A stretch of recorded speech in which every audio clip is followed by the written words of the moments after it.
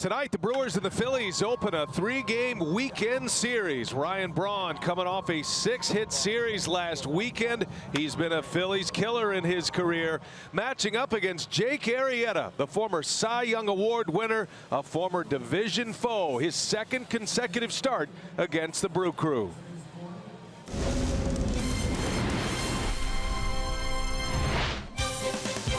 It is a beautiful Friday night, Milwaukee, Wisconsin. We welcome you from beautiful Miller Park. It's the Phillies and the Brewers. A big crowd is filing in on this Father's Day weekend. We're set for game one of a 3-game series with the Phillies from the National League East. Hi, everybody. We welcome you from Miller Park. Brian Anderson along with Bill Schroeder. Great to have you with us tonight. We'll check in with Sophia Minard in just a moment. Well, the Brewers coming off an off day yesterday, coming off a series win against the Chicago Cubs. And Rock, they shut out the Cubs, the high-powered Cubs, back-to-back games. Starting pitching has been fantastic. Unbelievable series for the Brewers. I mean, when you talk about 3 starts, it couldn't have done any better. Junior Garrett, Chase Anderson, Yolis Chacin. Unbelievable. I mean, 19 innings, 1 run. Look at them, 10 hits. They were able to keep the ball in the ballpark. That's the big thing against the Chicago Cubs. And now it's up to Brent Souter, who got to win his last time out in Philadelphia. Now, the key for Souter is also to keep the baseball in the ballpark. When he gets in trouble, it's usually a home run. But his last 5 starts have been very good. 4-1. 376 earned run average, and again, that high cutter has been his bread and butter. The key for him today, keep the curveball down in the strike zone, and he should be fine. 2 pitchers that go about it very different ways. Brent Souter and Jake Arrieta, and both will match up against their opponent in consecutive games. Christian Yelich put a microphone on for us during batting practice today. Sophia will let you in on that when we continue from Miller Park.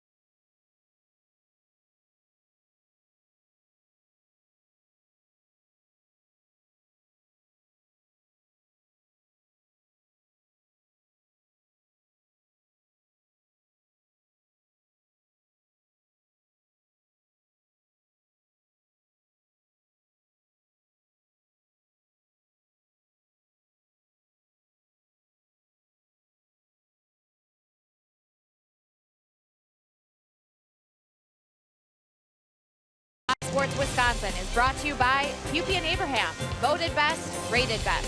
PHI AT Abraham, tell them you mean business. By Miller Lite, great taste and only 96 calories. And by Menards, save big money at Menards on all your home improvement needs.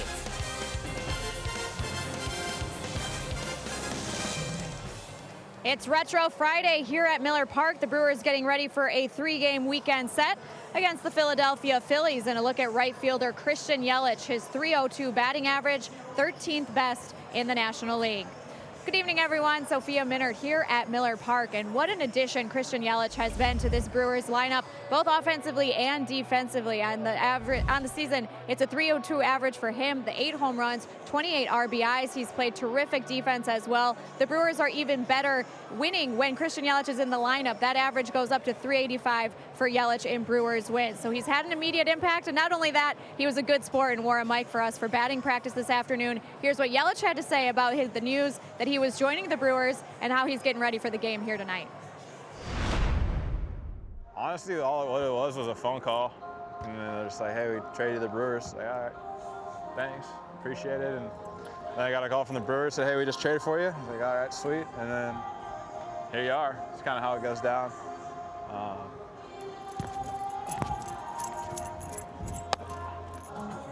Even after BP, I don't really know what I've got, though.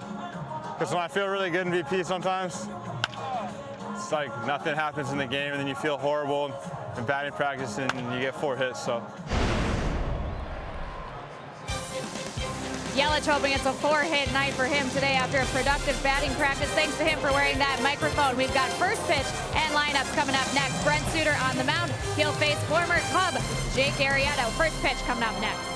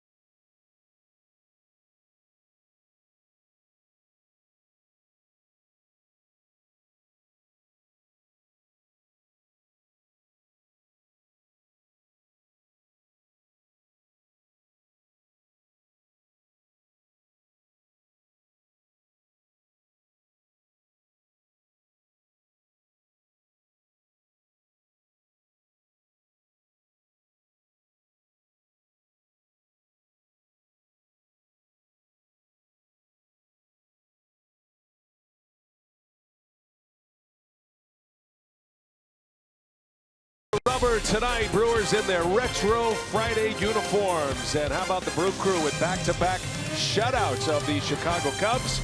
Outstanding pitching performance in the last series. They'll hope to carry that over here tonight. First game of a 3-game series with the Fightin' Phils from Philadelphia. Brian Anderson, Bill Schroeder, Sophia Minard with you tonight. Tonight's game being produced by Brent Reeland, directed by Renardo Lowe.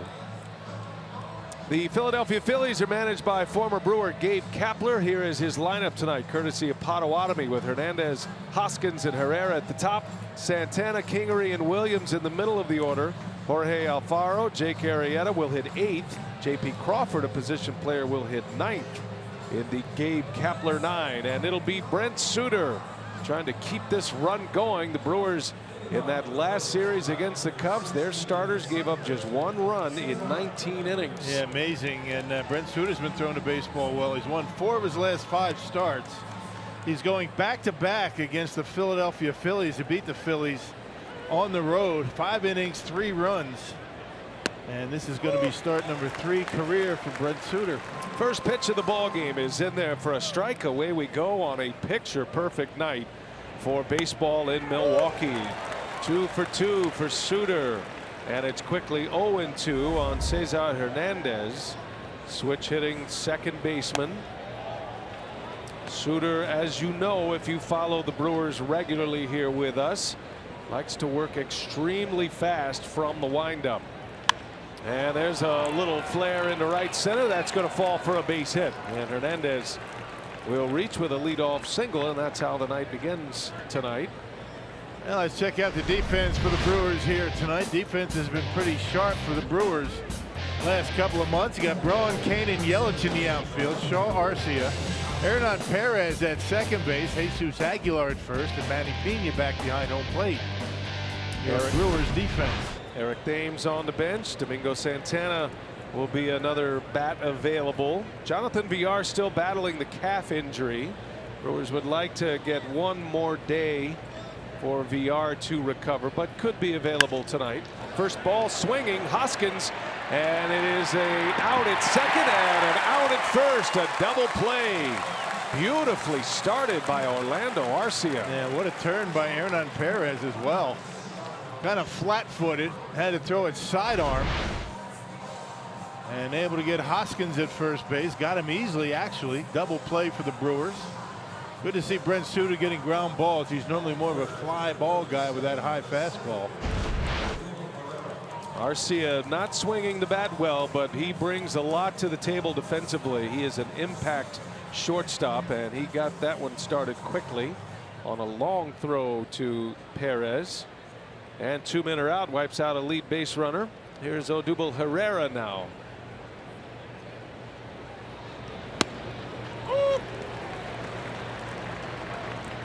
Herrera comes in with 7 homers, 34 driven in. He's having a bit of a down year offensively. OPS right now for the Phillies 3-hole hitter is under 800. Snapped a long hitless streak in yesterday's game against the Rockies. Went hitless against the Brewers in 3 games in Philly. There was a point this guy was hitting 360. He's got a lot of lightning in his bat as he swings and misses at a big hook from Souter. Now that's a pitch he has to stay down in the strike zone with. Can't hang that up in the zone. 1-2 the count. We're just underway. Brewers Phillies, second series of the year between these two. Brewers just saw the Phillies last weekend. Took 2 out of 3. Souter and Arrieta will be pitching against their opponent tonight for consecutive games. It is always interesting to see who has the upper hand as Herrera pops this one up. Only one man over there on the shift. That is Arcia. He's got it, and Herrera is retired. Souter off to a good start. A 0 on the board to start us out tonight.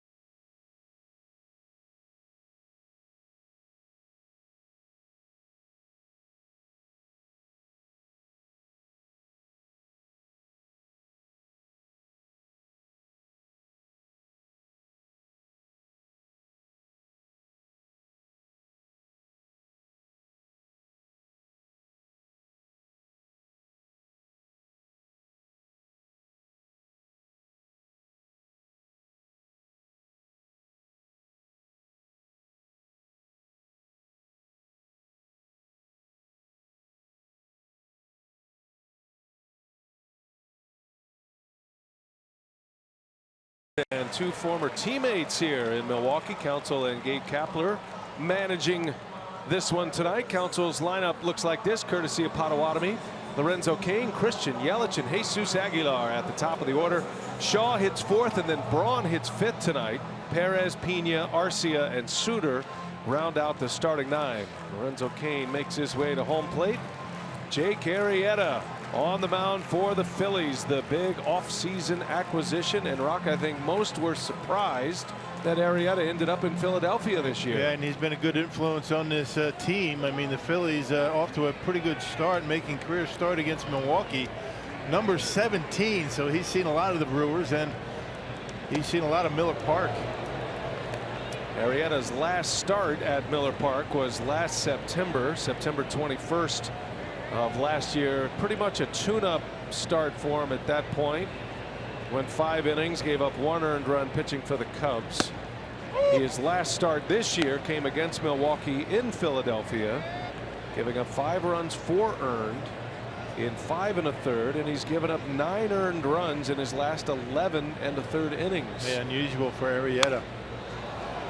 You mentioned he gave up 5 runs to the Brewers, but 3 of those runs scored after he was out of the game. Remember that G-Man Choi grand slam? 3 of the runs were charged to Arrieta in that game. Cain with 8 home runs, hit a big one on Wednesday, the only run of the game in that 1-0 win. Lorenzo's been on a tear at the plate over his last 8 games. He has 13 hits, including 2 for 3 on Wednesday afternoon. 8 home runs, 22 driven in for Cain. That one's on the ground, foul. A little bit of a delayed call from the home plate umpire Andy Fletcher, and we'll reset it at a 2-2 count. Arrieta signed a 4-year deal with the Phillies. There is a major caveat in that contract. He can opt out after next season. Arrieta probably still believes he signed for undervalue. The way the free agent market was going, had Arrieta become a free agent after a Cy Young year in 2016, that contract would have been doubled. Right. But at his age, which in baseball years has a lot of teams concerned, he decided to take the 4-year deal, but a 2-year option, and he believes in himself that he'll be able to cash one in as Cain turns one around and a base hit. Clean single to center field to get the Brewers started offensively tonight. Yeah, let's check out our Pizza Ranch for the win. We talked about it. Back-to-back starts for both Souter and Arrieta. They faced each other back in Philadelphia. We'll see what kind of adjustments both of these guys make. Talking about Arrieta, he loves Miller Park. He's 3-0 in 5 starts against the Brewers right here at Miller Park with a 203 earned run average. And the Brewers need to take advantage like they did in Philadelphia. Very shaky defense for the Phillies. 50 errors on this season. Only the Giants in Texas have more. You know, 12 of those errors for the Phillies. Catcher's interference 12 times. Yeah, it's amazing. That's a crazy stat. I don't know the major league record or haven't even researched it or thought about it for 2 seconds, but that's got to be a record. Yeah. I don't ever. You may see 1 a year, Right, maybe 2. Right, the bat hitting the catcher's glove when he swings. Yeah, 12 times. It'd be a great way to stop an offense if it wasn't illegal. Just reach out there and hit the bat every time. It's quite dangerous. Cain, the runner at first. He has 13 steals this year. Arrieta has a very good move to first. Fields his position well. He is a superior athlete and can be a tough guy to run on. Yeah, check out the arm of Alfaro if he does take off. He's got a gun behind home plate.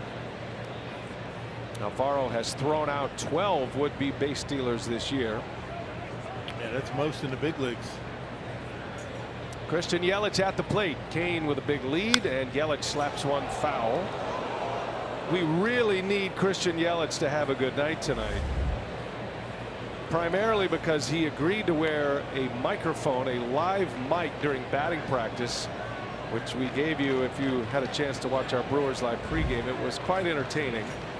But the last thing we need at this point is for him to take an offer. Yeah, and never do it again, nor would anybody else. So a couple of hits will do, and then it'll be a good luck charm. that kind of stuff spreads through the clubhouse, you know. Yeah, whatever you do, don't wear the mic.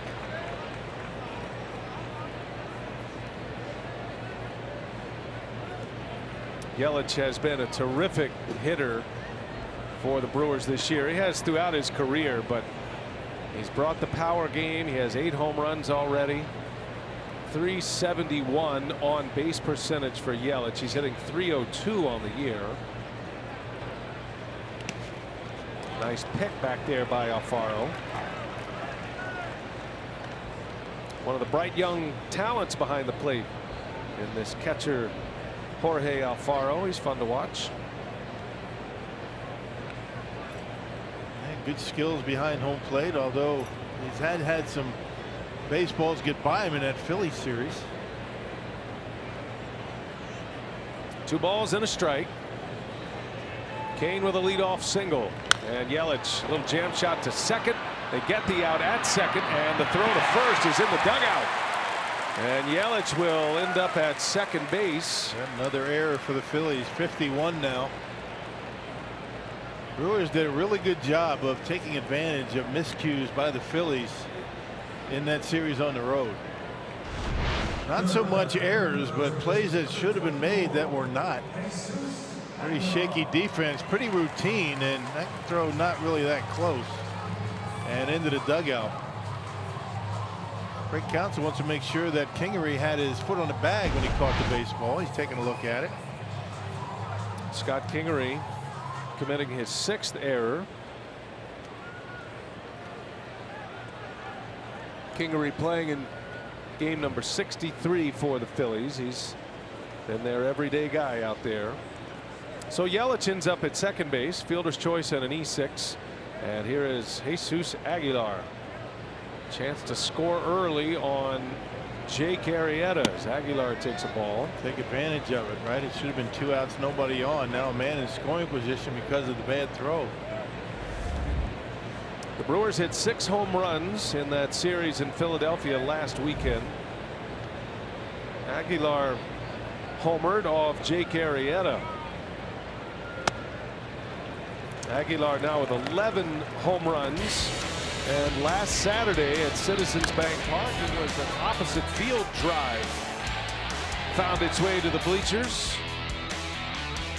That was Aguilar's last home run, Powerball home run number 11. That was in the first inning. Yelich, speedy base runner at second base. And that one's in the air, deep left center field. On the run is Hoskins. He's got this one for the out. Down off the end of the bat, it sounded like, for Aguilar. Had the swing, it had the arc, but not enough on the bat. Yep, not the sound, a little off the end. Second out of the inning. Here's Travis Shaw now.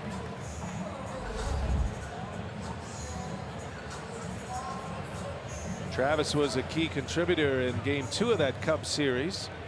Drove in 4 runs with 2 RBI doubles. That was part of a 4-0 Brewer win. Back-to-back shutouts for Brewer pitching against the Cubs after losing game 1 last Monday in 11 innings. Came back strong. Back-to-back wins and a series win against Chicago. Cubs are in second place behind the Brewers to start play today. They are a game and a half back of the Brew Crew. Cubs have the Cardinals tonight. They start a weekend series with their rival.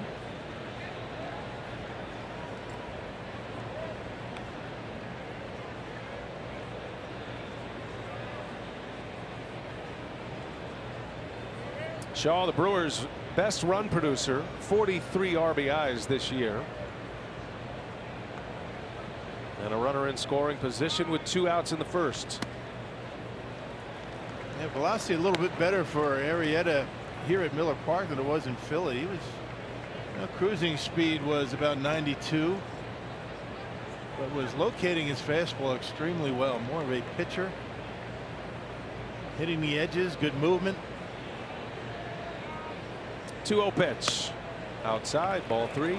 But already at 95 miles an hour here tonight. Ryan Braun due next. He's hitting in the 5-hole tonight for Craig Counsell. Pretty formidable top of the order. First 5 in the batting order. Very consistent run producers each. That one is down and away, and Shaw will reach on a walk. And so now 2 on with Braun coming up. And this is what Craig Counsell envisioned when he moved Braun from the 3-hole to the 5-hole. He'll step up there with men on base, and the way he has hit against the Philadelphia Phillies, that's a pretty good play at this point. Yeah, and with Braun down in the number 5 spot and the on-base percentages of Cain and Yelich, I mean, you got to figure there's going to be a lot of men on base when he comes up. And when they were on base in Philly, he usually drove them in. 6 hits, 2 of those were homers last weekend in Philadelphia. Drove in 7. He has been great with runners in scoring position this year, especially 2 outs and runners in scoring position. Braun is now 11 for 19 with 2 outs and runners in scoring position. Those are the clutch stats. .579 batting average, has 20 runs batted in. 20 of his 31 RBIs have come in 2-out situations. And he's had decent success against Arrieta. He's hit 3 career home runs off of tonight's starter. Yelich and Shaw on the bases. Brewers are threatening here in the first inning after Souter put up a 0 in the top of the first. Braun takes a strike. Ryan by far and away has the most at bats against Jake Arrieta, has 28 career at bats against Arrieta. 7 hits, 28 at bats. Of those 7 hits, 3 of them are home runs. And Braun hits it sharply, but right at Hernandez. And that's the way the year is going for Ryan Braun. A lot of hard hit outs. Bad luck early. Brewers strand a pair.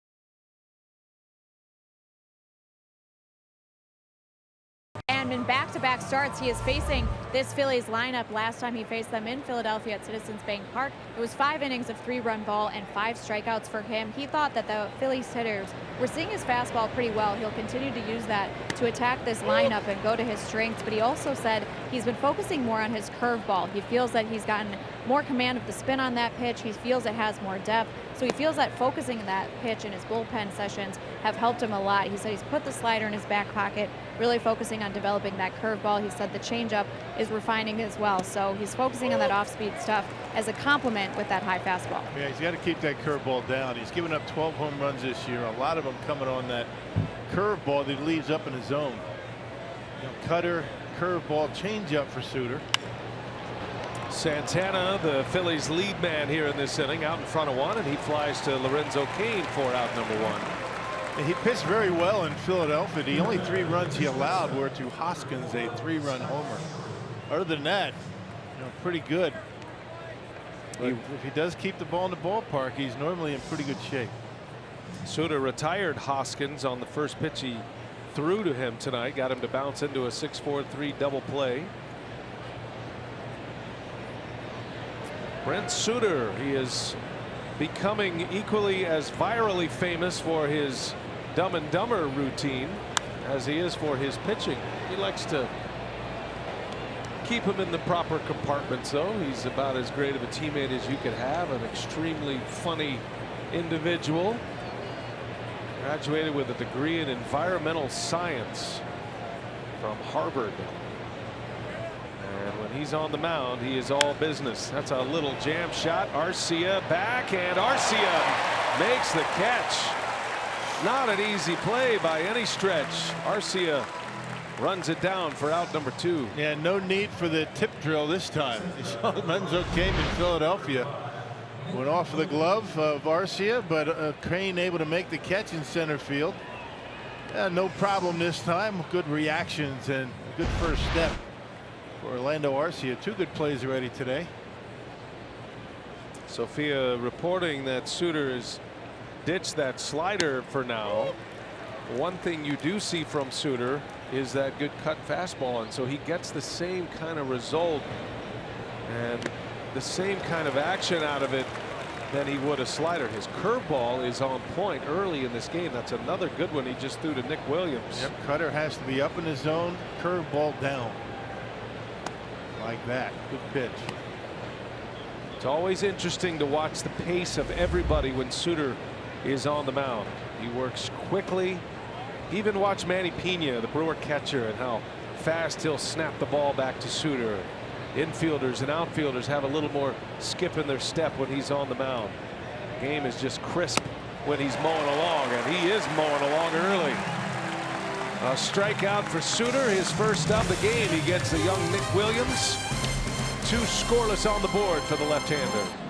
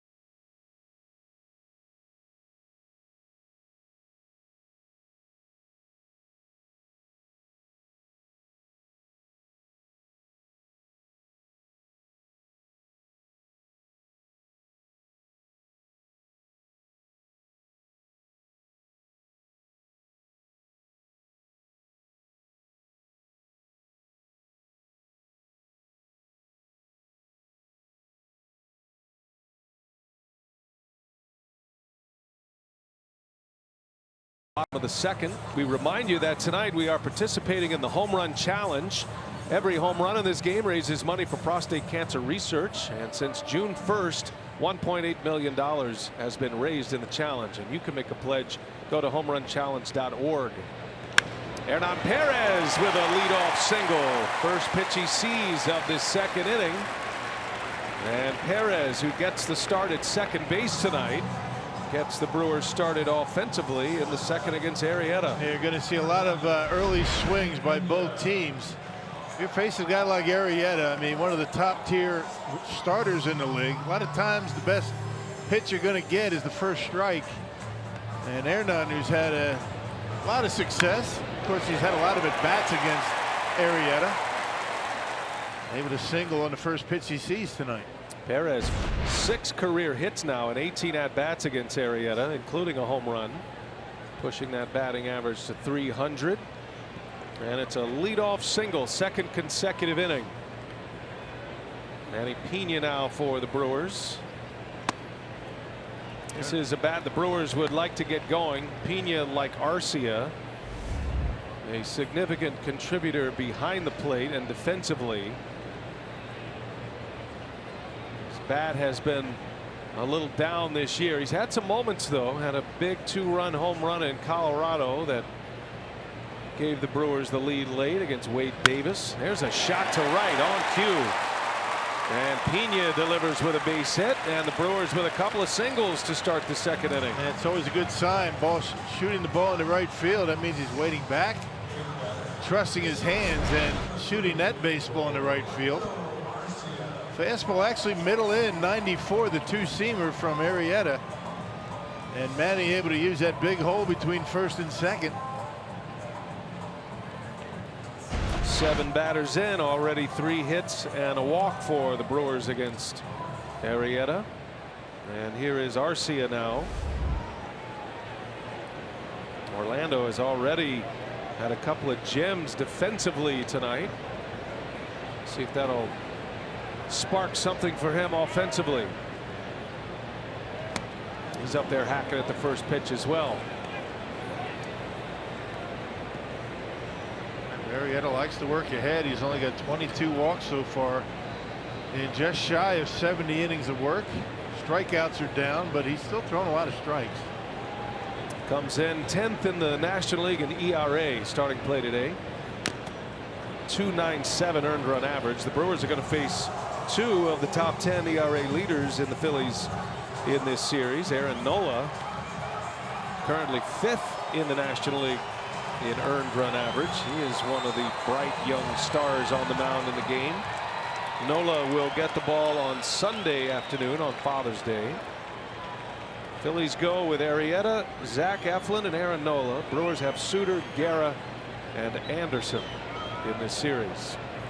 Arcia into center field. That's down. Base hit. Everybody will advance. And 3 consecutive singles. Orlando Arcia with an 0-2 single to center field. And the Brewers have them loaded up with nobody out in the second inning. Yeah, you don't see Arrieta make mistakes like that very often on an 0-2 count. It just punches one into center field. You like the fact on the cut fastball that Arcia just kind of shortening up. You can see he's kind of got the body going toward third, but able to reach out and dump it into center. Not exactly a Little League video of a swing, but able to punch it into center. By any means necessary at this point. With 2 strikes on you. And the bases are loaded for Souter, who is a good hitting pitcher. Late on that big fastball from Arrieta. Souter has 3 hits this year, including a home run off Corey Kluber that traveled 433 feet. Has a double this year. So when he gets his hits, he makes them count with extra bases. And had a double taken away and a couple of RBIs. It was ruled a double. They sent it into the league, did the Cardinals, and it was ruled an error. It's kind of a bummer, huh? That's after about a week. I'm going to maintain my double status. My stats for him the rest of the year will not jive with Major League Baseball stats. Just so you know. It's all right. They don't have to. Bases are loaded up. 3 straight hits.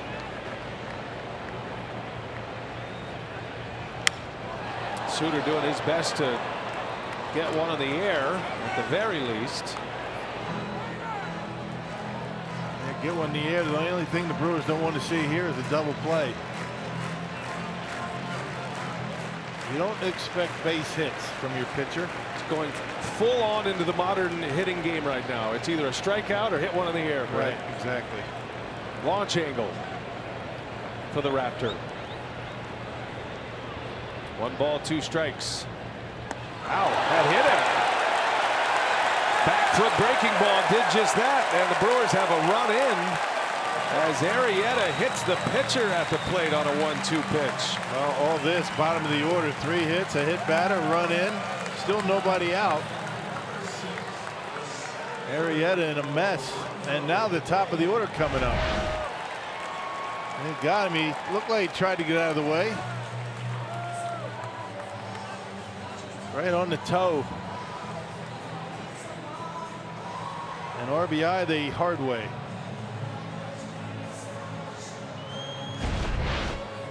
So Souter is aboard. A run is in. Our old friend Rick Kranitz, former Brewer pitching coach, out to have a chat with Jake Arrieta.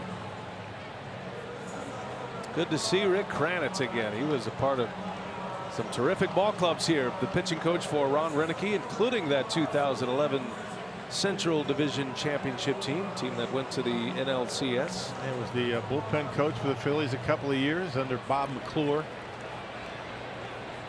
Now the pitching coach. Still nobody out. Run is in. Here is Cain now. First ball swinging, and it gets by the shortstop Kingery. It is Pena.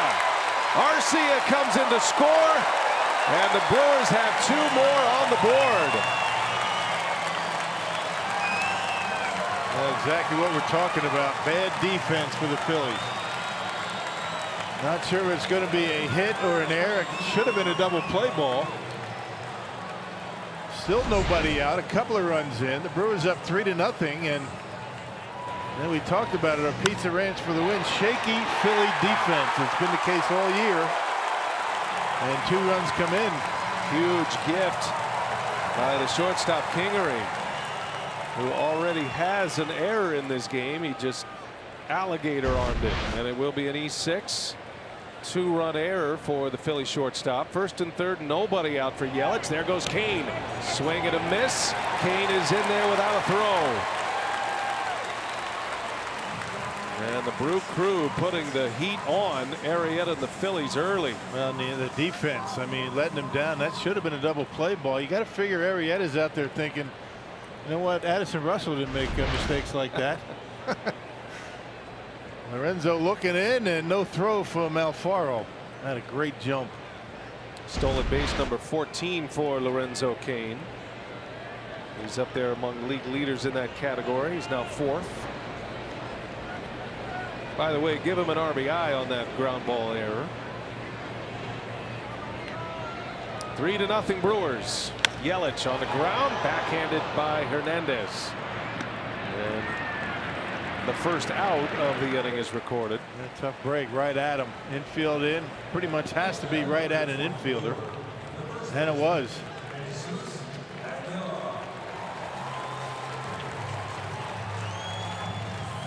Aguilar now with 1 away. A lot of early swings, aggressive game plan against Arrieta. That's been the case ever since the 2015 season. Arrieta Cy Young Award year, when he found his command. He really found it in 2014 when he came from the Orioles to the Cubs. Everything changed for Jake Arrieta. He was a wild card with the Baltimore Orioles. Great stuff, but no command. All that was eradicated once he arrived to the north side, and he became one of the game's best. The Orioles tried to change his delivery. Didn't feel like it was a long-term delivery. They figured he was going to get hurt. Went to the Cubs. Chris Bosio said, just throw the way you want, and he won a Cy Young. And Chris Bosio does deserve a lot of that credit. Arrieta would often cite Bosio, and not just the mechanics part of it, but the game plan part of it as well. get in attack mode. And once Arrieta started commanding better, even with a bit of an unorthodox delivery, that crossfire delivery, offenses had no choice but to be aggressive or face an 0-1 or an 0-2 count quickly. 1-1 to Aguilar. Slow roller foul past third. And a ball and 2 strikes on the big man.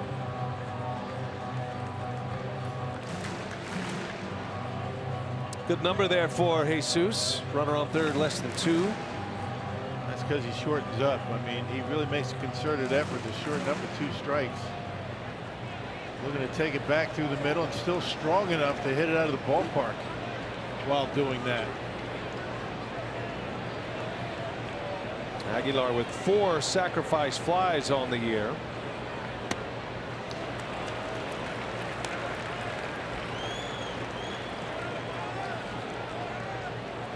Brewers have the pitcher Souter running at third base. Phillies have their infield halfway in. It's about as close as comfortable for any Phillies infielder with Aguilar at the plate. Here's a 2-2. And Aguilar down the right field line. On the run is Williams, and he will make the catch. Tagging is Souter, and he will score. Williams dropped the ball, but the out is recorded. Dropped the ball on the exchange. So give Aguilar a sacrifice fly. The Brewers lead 4-0. And again, I mean, you know, perfect example of a guy that shortens up, just trying to put the bat on the baseball with 2 strikes. That was just a perfect example of that. He dumps it out there and down the line and right. And yet another sacrifice fly, number 5. Yeah, for Aguilar. I mean, that's a good 2-strike approach, and he's rewarded with an RBI. It was in foul territory, clearly caught and dropped when he was trying to make the throw. Aguilar's club leading 5th sacrifice fly, and Brent Souter spotted 4 here in this 2nd inning. Cain ends up at third, and with 2 outs, here is Travis Shaw now, the 8th batter of the inning for Milwaukee.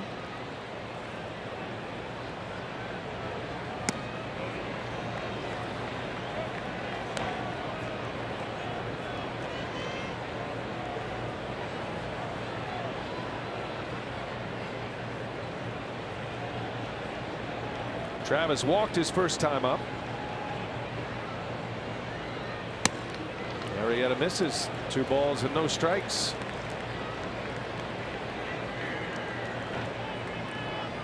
Being pretty careful with Shaw tonight. Certainly looked like he was pitching around him in the 1st inning. With the guy on deck's no picnic either. Shaw has had great success against right-handed pitching this year. He'd like to see his stats against the lefties go up a little bit, but he's handled the right-handers. As Arrieta spins another one in for a strike. A little cutter he throws. And cutter catching the outside corner. That's tough on a hitter, that pitch. All 14 of Shaw's homers coming against right-handed pitchers. All but 4 of his RBIs. He's got one to pick up at third. And way outside, missed badly. 3-2 the count now on Travis.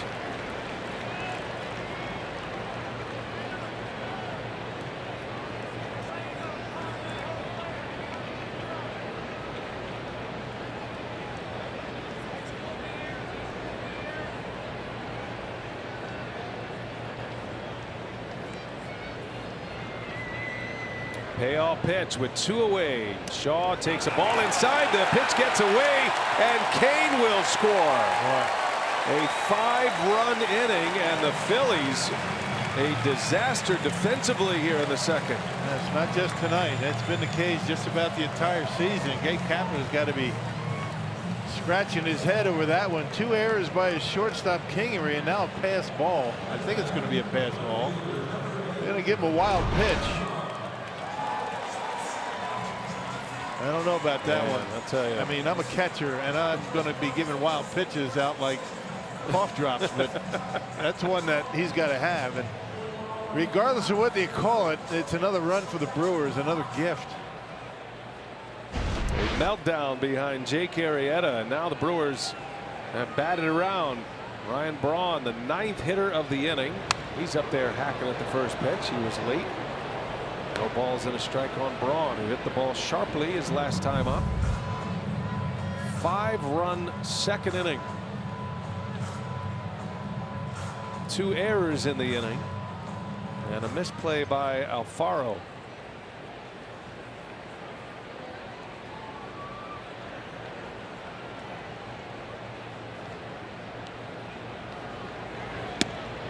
Strike 2.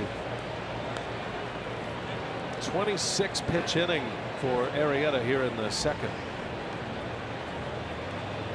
And he's not through it yet.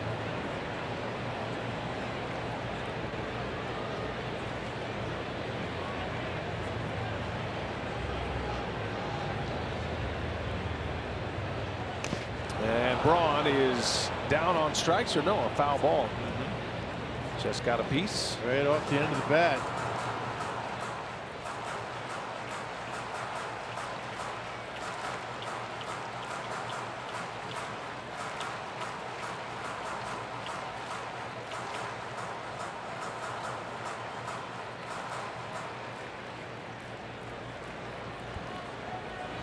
Phillies already have activity in their bullpen as Leiter begins to get loose. Mark Leiter Jr.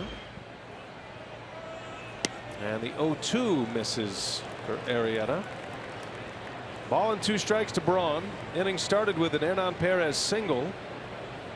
Already 50 pitches for Arrieta. Going to be a short night for him.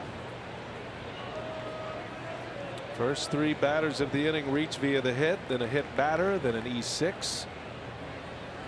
The 1-2. Braun, a foul tip, just staying alive. And that pitch count continues to rise, pushing 30 now for Arrieta here in the second.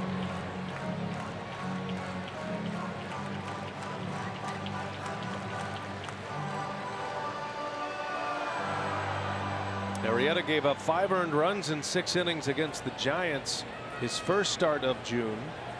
5 runs, 4 earned last time out against the Brewers last Saturday. There goes the runner Shaw. Braun fouls another one off.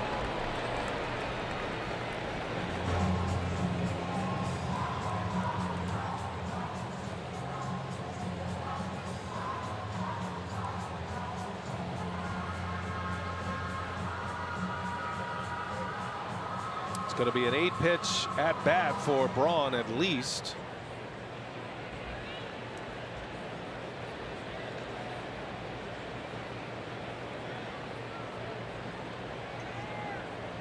Another 1-2 to Ryan. And that one's in the right, falling fast, but right there is Williams to make the catch. What an inning. The Brewers put 5 on the board. The Phillies a little shaky defensively. Arrieta hits the pitcher with the bases loaded. Cain with an RBI as well. And the Brewers bring 9 men to the plate, score 5 runs, and have an early lead at Miller Park.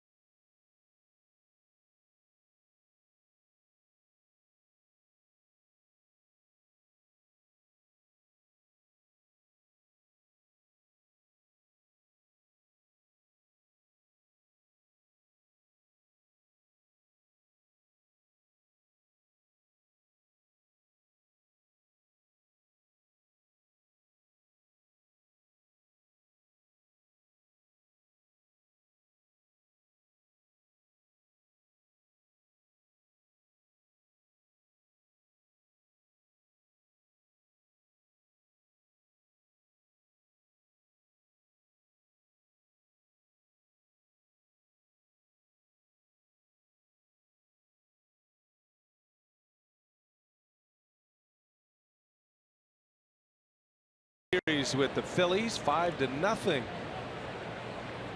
A couple of errors in that second inning for Philadelphia. Brent Souter back to work and working against Jorge Alfaro. And I believe timeout was called and asked for. No pitch. Hey, wait a second, I'm not ready. You better be ready. You put those feet in the batter's box.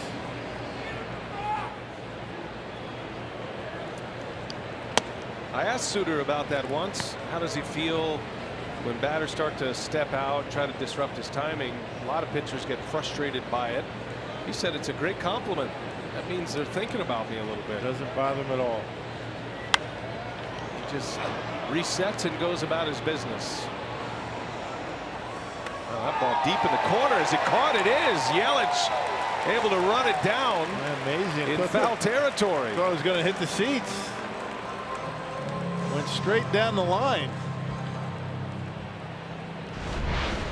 You're the expert in the Miller Park wind currents, Rock. I'm not sure I've seen one like that before. I mean, I don't know. I mean, did it hit something up there? I'm not sure. I think they opened the door. I mean, crazy. I've never seen a ball go down the line that straight. It looked like it came back toward the field of play. There are no, the only wind is blowing straight down right now because the flags aren't moving. Beautiful night, calm night here in Milwaukee. One away as Alfaro flies out, foul territory. Arrieta the batter now. He's a good hitter, actually won a Silver Slugger award 2 years ago. That's the award given to the best hitter at a particular position. Man, two pretty good hitting pitchers in the game tonight. Not automatic outs. Arrieta carries the full lumberjack theme to the plate. He's got the beard, no batting gloves. And he can handle the bat, and he delivers a single back up the middle, a base hit. Kapler has Arrieta hitting 8th in his lineup.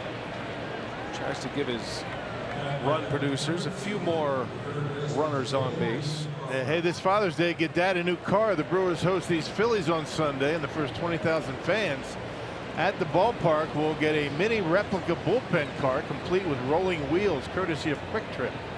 Lock in your tickets today at Brewers.com.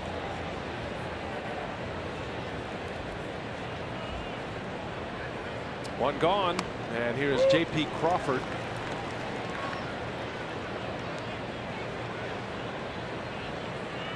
Crawford, a young third baseman.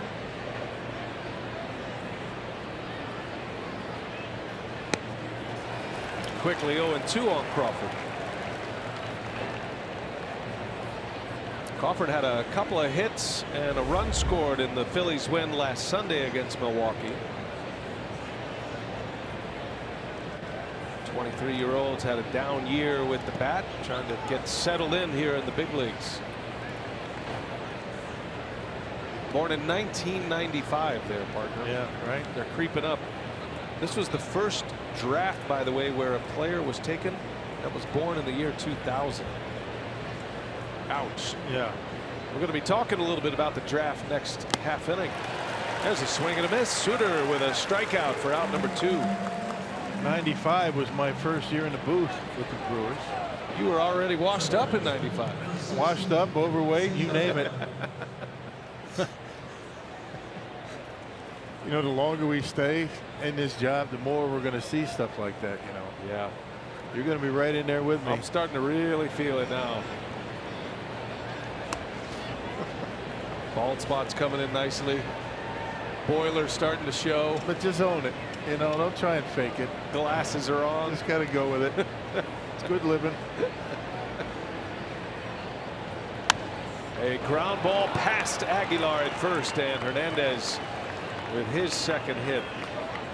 He's 2 for 2. It's the third Phillies hit. And Philadelphia with 2 on, 2 away. And Rhys Hoskins coming up. He's not fooling Hernandez at all, is he? He gets that fastball down a little bit out over the plate. That's when he becomes hittable. He gets that pitch up and in, a little different. Hernandez snapping an 0 for 10 with these 2 hits tonight, and so now a dangerous power hitter coming up. Brewers lead 5-0, all 5 coming last inning in the second. Souter with 2 outs, and Hoskins takes a ball. You notice the double flaps that Rhys Hoskins is wearing. He fouled a pitch off Kenley Jansen, and it was an unusual angle to say the least, but the pitch left the bat and hit him in the jaw, fractured his jaw. That was in late May. And so he wears the double flaps to protect that jaw on the right side.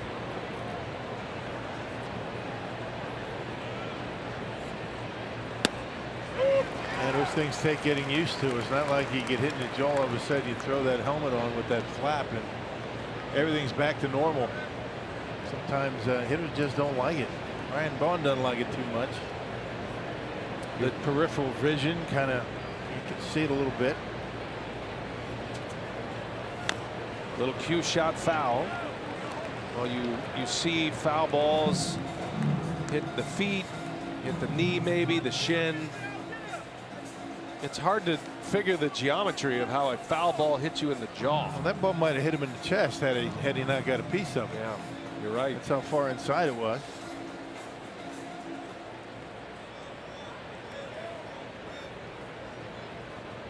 Phillies have 2 on. 1-2 pitch, up and away. County gets a 2-2. And trying to work him up in the strike zone. The 3-run home run that he hit in Philly against Souter was a pitch down in the zone. Down in middle in.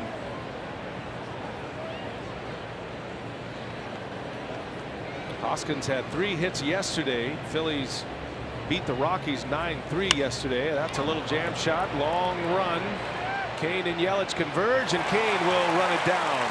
And Brent Souter keeps the shutout theme going for Milwaukee starting pitching. 5-0 Brewers. We go to the bottom of the 3rd.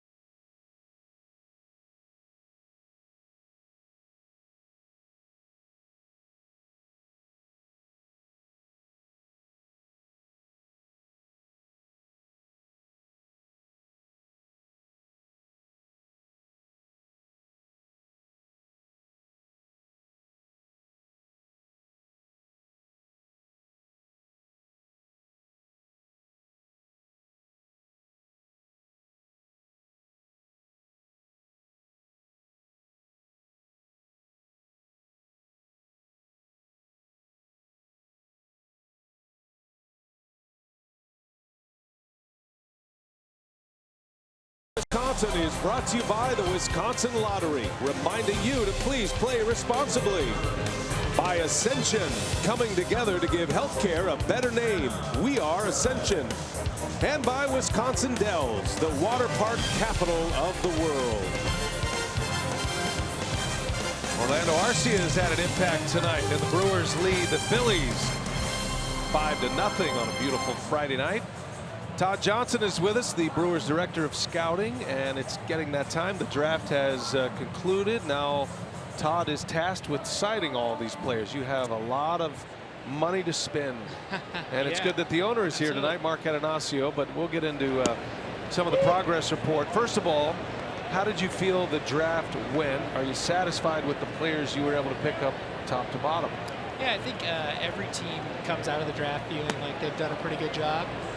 Obviously, it depends on how the draft falls, which guys you end up taking. But we felt like we were prepared. Our area scouts and our supervisors all did a great job. Our office staff putting all the information together, and we felt like we did a good job executing that process. And Perez on once again, takes a big turn at first. That's another line shot in and out of the glove of Hernandez.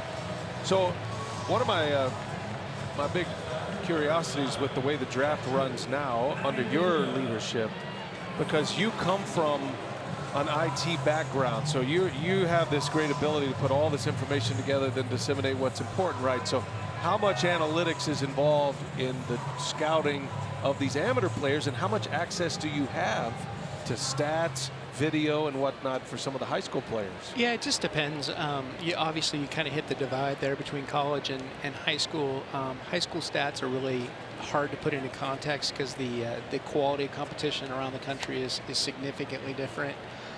College, we obviously have a more level playing field across the different areas, adjusting for conferences and those sorts of things.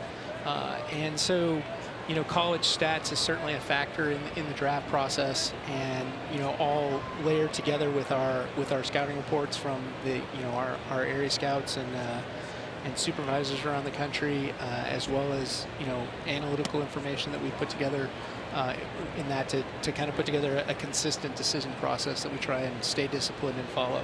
Yeah, it's interesting because when you evaluate high school kids, college kids, all competition levels aren't created equal. I mean, do you handicap maybe certain leagues that you're following, and the level of play has a lot to do with statistics. Yeah, we certainly adjust for both the context from a park perspective. Obviously, just like in the major leagues or the different parks around the country play differently, and then we also adjust for the competition level because for instance, the SEC is certainly a cut above most of the rest of the conferences around the country from a quality of competition that those kids are facing. So you do have to take all those factors into account when you're weighting the statistics into the process.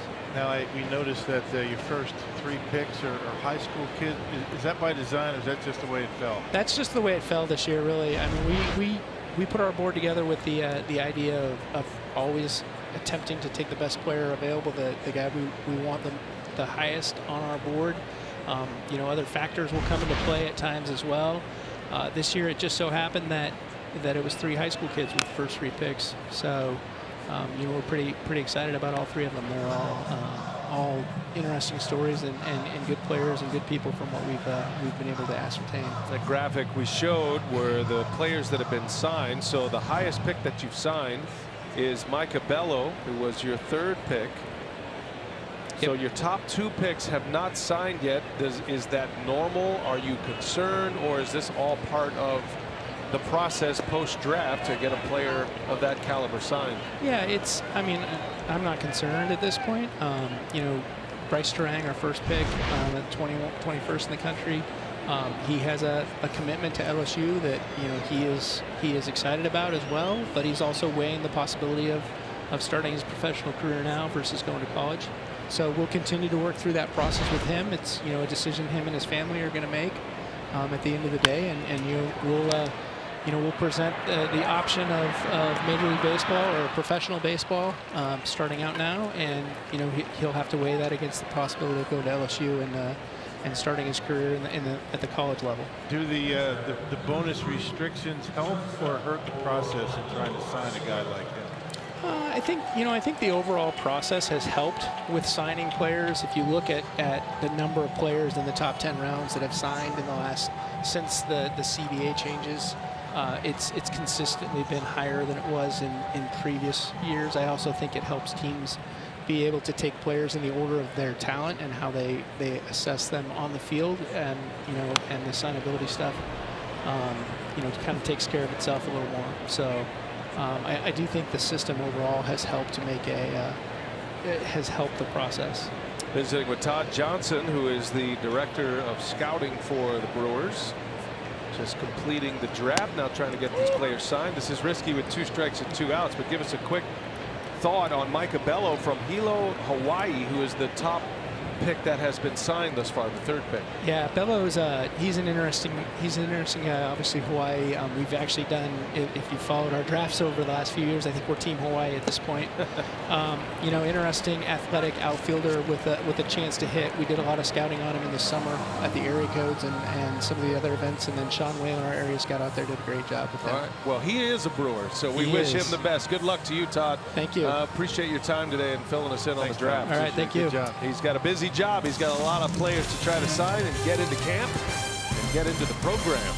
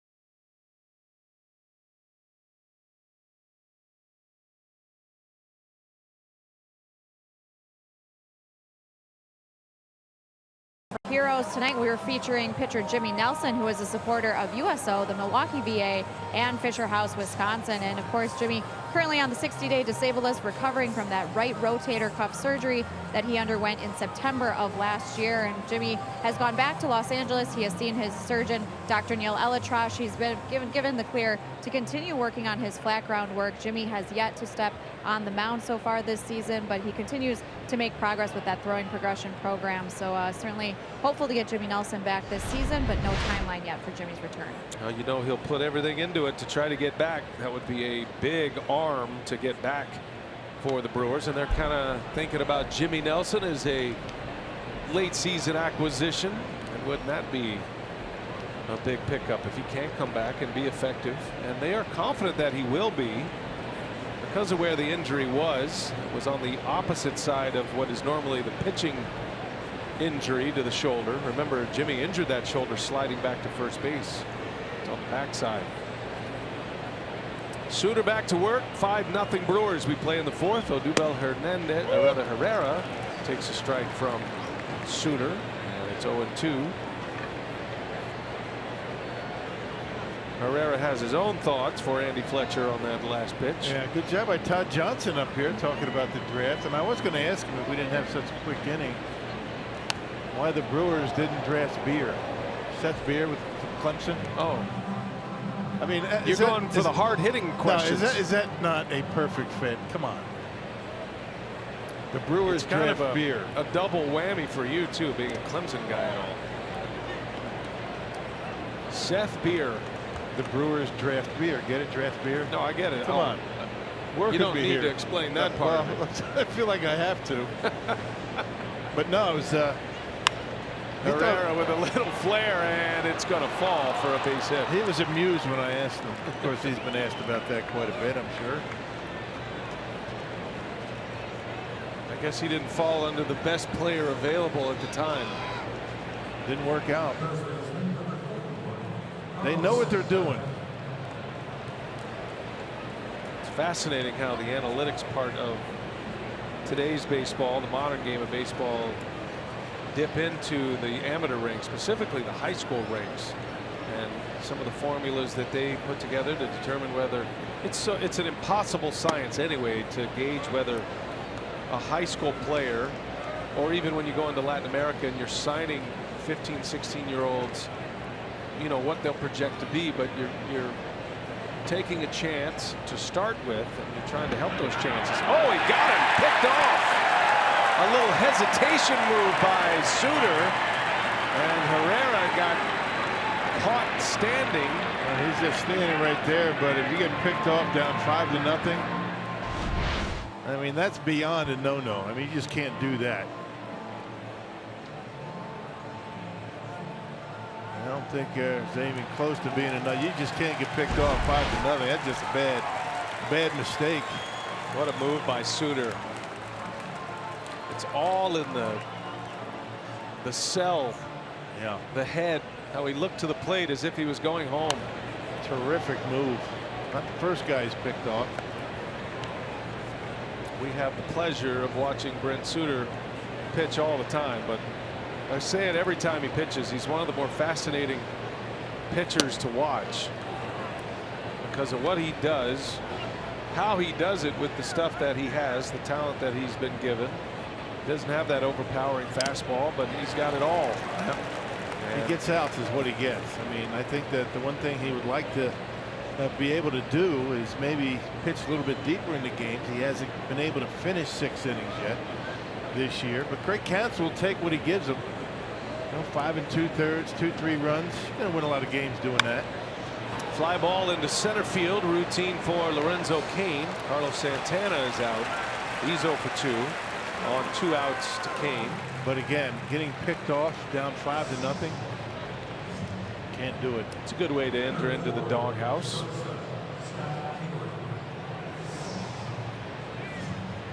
First year Phillies manager Gabe Kapler. He was a minor league manager in 07, believe it or not.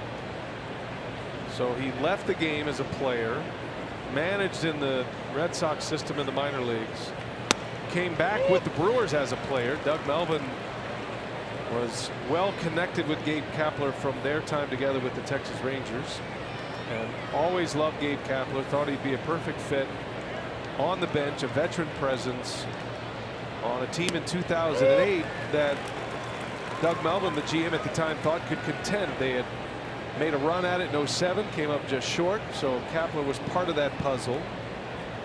And he went from minor league manager back to active player and was here with the Brewers for that wild card season in 08. It was a bitter end for him here, though, because he was injured in September of that year in 08.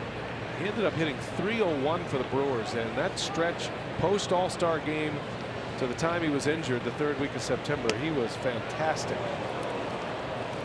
A huge part of why the Brewers kept in the race that year. Yeah, and not a guy you think about when you think back in that 08 team, but he certainly made many contributions throughout the season. You're right. Little half swing, he goes. Unable to check it. A ring up by the first base umpire Jeff Nelson, and Brent Souter keeps mowing him down. 22 consecutive scoreless innings for Brewer pitching.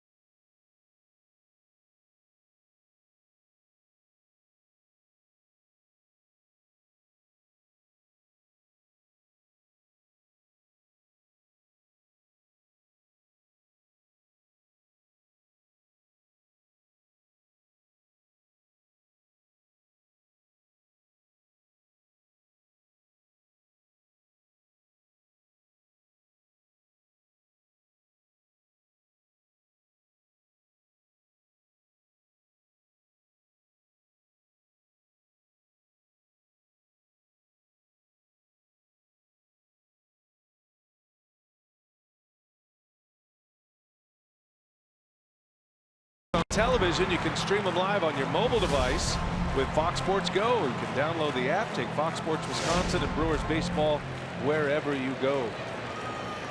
All kind of good stuff going on the Fox Sports Go app. Got U.S. Open golf and the World Cup. I watched a high school state championship game on the app last night. Did you? The team from Arrowhead, which is my territory. Wanakee beat them. Congratulations to Wanakee. Souter with a fly ball to left, and it's going to be dropped by Hoskins. And Souter, hustling all the way, ends up at second base. Well, I think our pizza ranch for the win tonight was pretty much right on, wasn't it? Another error. Now that could have gone either way. He had a long way to go. But certainly you figure a major league left fielder's got to catch this baseball. Yeah, right off the glove. It's going to be a double for Souter. I should say an error, I should say. E7. Third error for Philly. Third error for Rhys Hoskins. So the Brewers have a man at second base. Second time on base for Brent Souter. And Jake Arrieta has got to be wondering what's going on out there. 5 runs, only 3 of them earned. He's given up 2 unearned runs because of the miscues.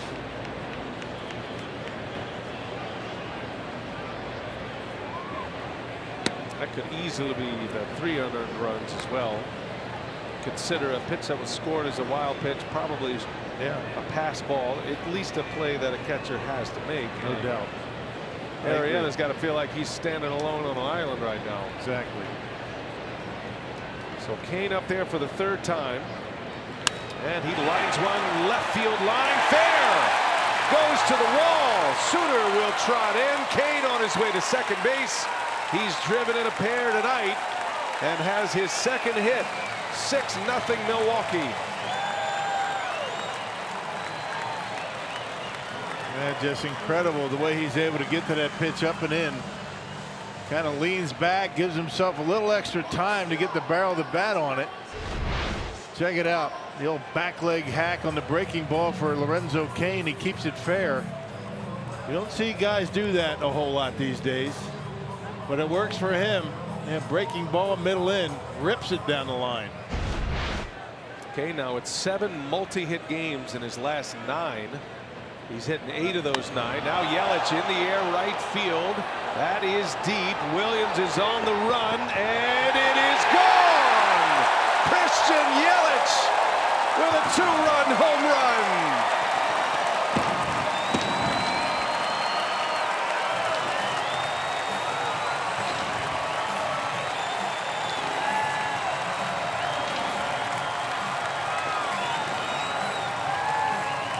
The route is on.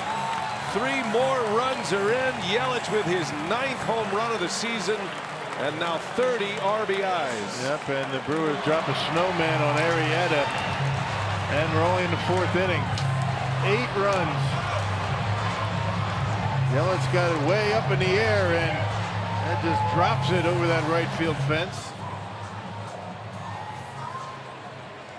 Gotta wonder how long Kapler's gonna leave Arrieta out there. Jesus Aguilar takes a breaking ball inside. Bullpen is active once again. All smiles for Yelich. See, you wear the microphone for pregame, good things happen. I'm sure they'll be lining up for Sophia to wear that microphone. Check it out. I mean, cut fastball up and in. Normally not a bad pitch to a lefty, but Yelich able to pull the hands in and just sneak it over that right field fence right down the line. Bouncing ball back to Arrieta. He recovers and in time to get Aguilar for the first out of the inning. Christian Yelich can thank Rick Schlesinger for that home run. The Aurora Healthcare bullpen. Rick is the Brewers COO, and first couple of years this ballpark was open, he had an idea that he'd create a little hospitality area out there. shorten up that fence. Kapler on his way to the mound, and he is going to take the ball from Jake Arrieta. So the former Cy Young Award winner is out early. 8 runs in on 7 hits. Cannot get through the 4th. And we'll set up the new hurler after this.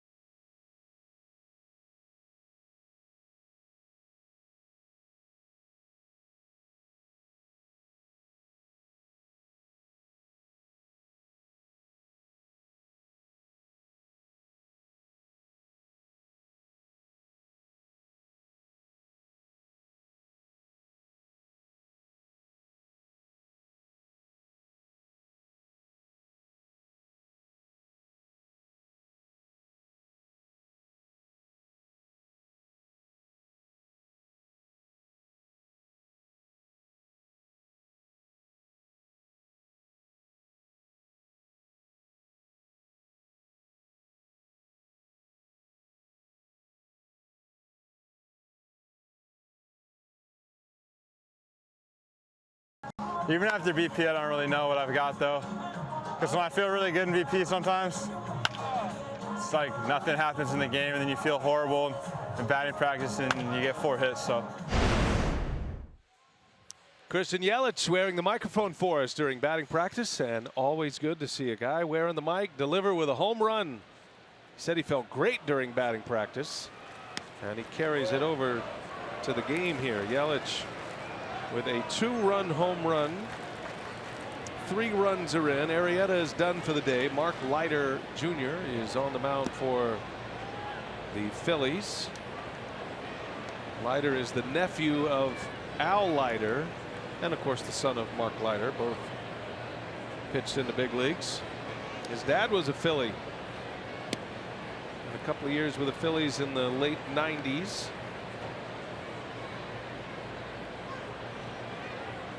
Mark Leiter pitched his last year in the big leagues as a Brewer, as a matter of fact. Yeah. 2001. Shaw takes a strike. And Mark Jr. called up at the end of May from AAA. Second time he's been with the Phillies this year. 2-2 the count on Travis Shaw. 1 away in the inning. 8 runs on 7 hits. Arrieta gives up the 8 runs, 4 of them earned. Phillies with 3 errors and a misplay by the catcher. Big swing by Shaw and a strikeout for Leiter.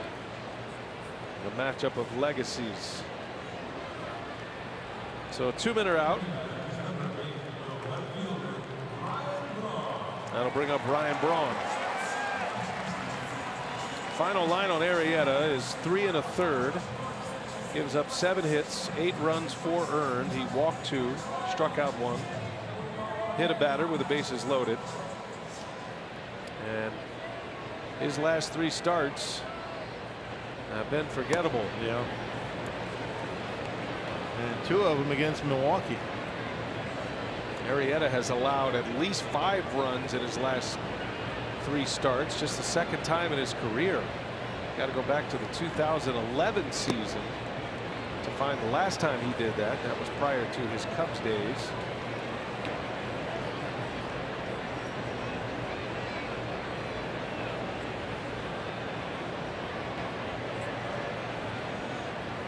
Two and 0 to Braun, and he chops one off his foot.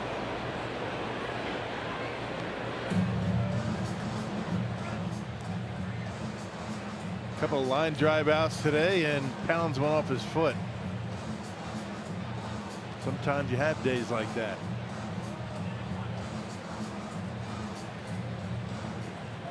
many times do you think Braun's lined out this year? Goodness. Yeah, he and a ton. And the good news is there's a lot of numbers that can back up his feeling of that. A lot of hard hit balls, high exit velocity. So that's one way you can measure. His average exit velocity is right where it's always been. Braun's never struggled in the confidence category, and so he can easily look at his batting average on the board at 242 and say, you know what, I've lined out a lot, I've hit the ball hard, I've swung the bat well. And he's right.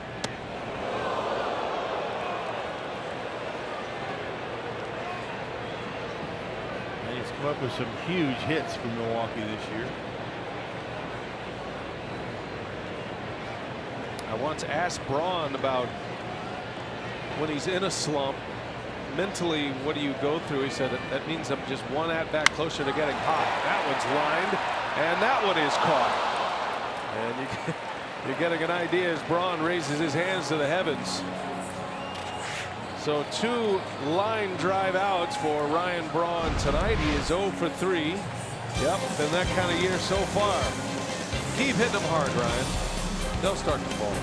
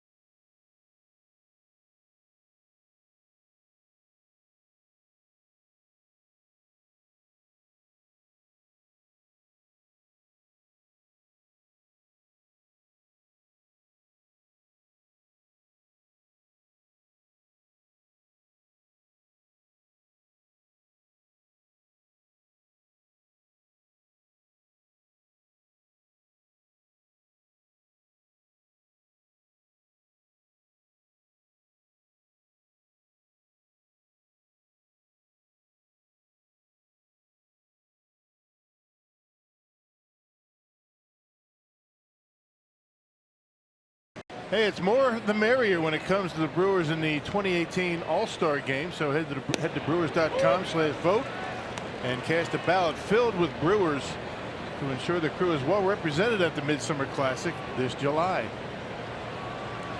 Speaking of Vogt, how about Stephen Vogt in the pregame show today? We believe. Pretty good Stephen work. Vogt. Yeah, never done it before. Outstanding. Looked like he'd been a TV analyst all his life. Right. He had great tutelage today from you, partner. Nice going. Didn't need much from me. Just be yourself, have fun. That's what it's all about. Catchers make the best analysts, you know. That's what they say. But Stephen, very poised. Is he going to be on the Brewers Live post-game show? Tonight he is, yep. Craig didn't run him off yet? Well, that'll be worth tuning into. You get the inside source of Stephen Vogt. Yeah, terrific job. Pregame show. Let's just hope his TV career is a few years down the road. Oh, he's got some catching left in him. There he is.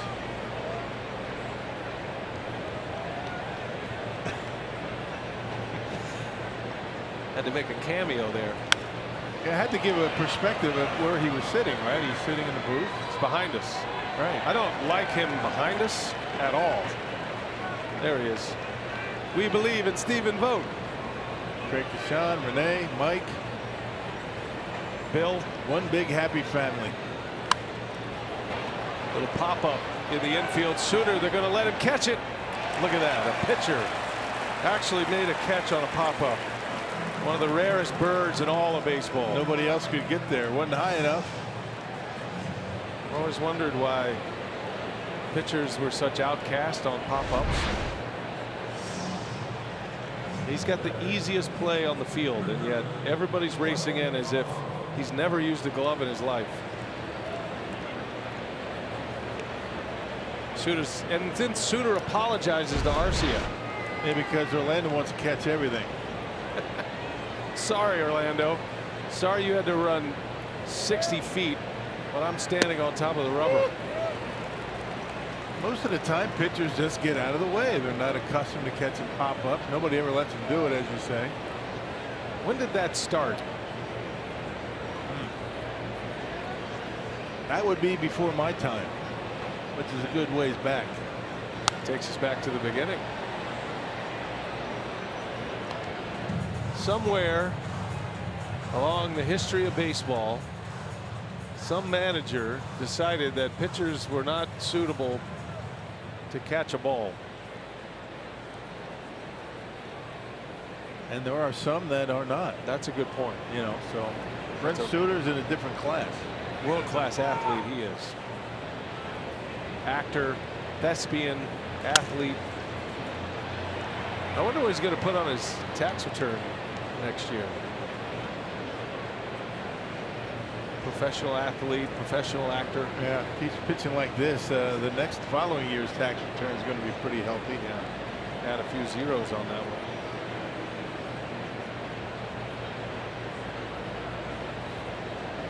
From Cincinnati, Ohio, Brent Souter. There's a little flare into right field. Yelich coming in will make the catch.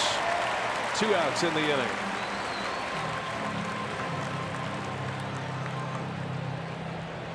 I think Yelich even apologized to Arcia on that one for catching that ball.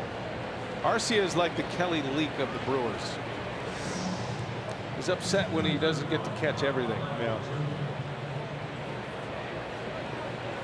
Remember, he actually pushed Shaw away from the pop-up once.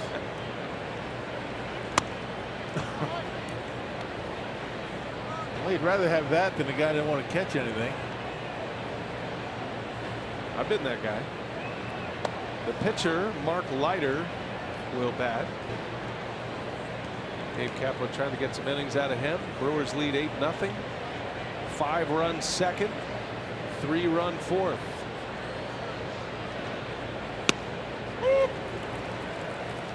What will be interesting to follow now is how many innings can the Brewer pitching staff continue on this scoreless streak. It'll be 23 consecutive scoreless innings now. 2 shutouts against the Cubs. They've got 5 shutout innings on the board against the Phillies tonight.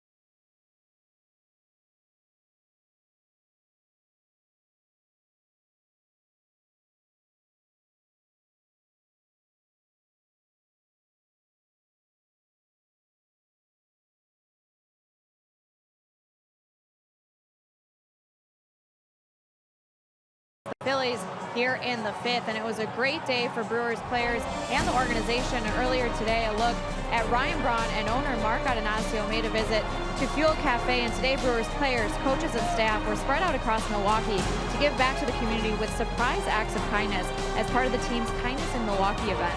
The activities began in the morning with members of the front office visiting local charities to make unannounced donations and supply gifts to various local nonprofits, and players began making their own rounds, spending a minimum of $500 in gifts or donations at everything from retail stores to kids events. So a great move by Brewers players, coaches, and front office. Great to see so many acts of kindness. Our guy Stephen Vogt was involved in that as well with his family.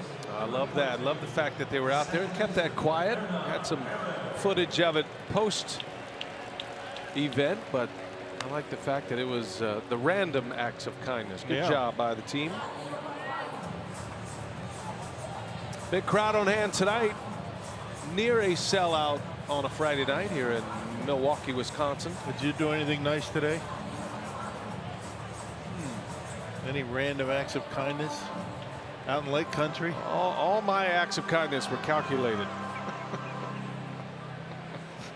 Spent a lot of alone time today. Here's Hernan Perez. So I'll take that as you didn't do anything nice. You know, you had to think about it. If you got to think about it, probably the answer is no. I'm guessing.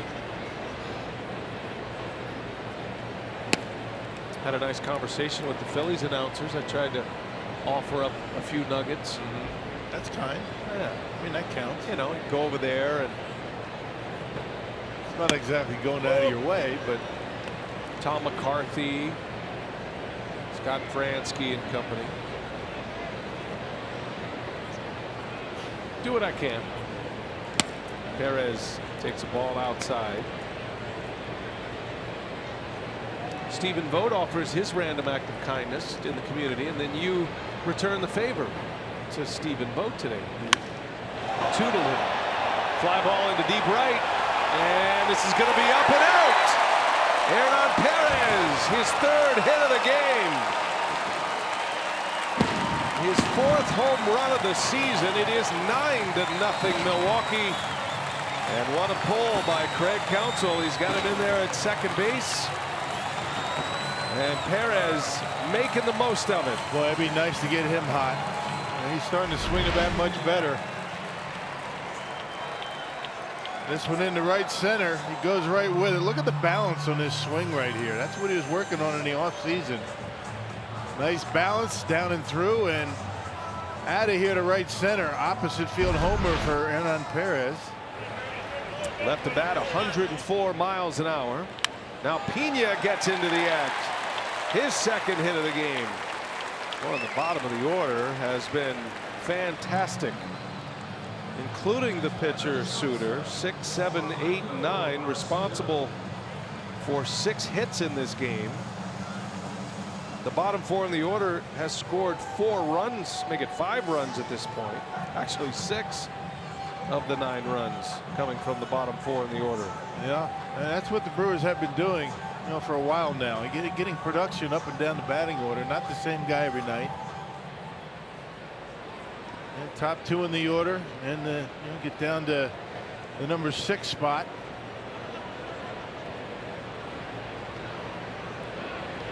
Orlando Arcia had a single in the 2nd inning.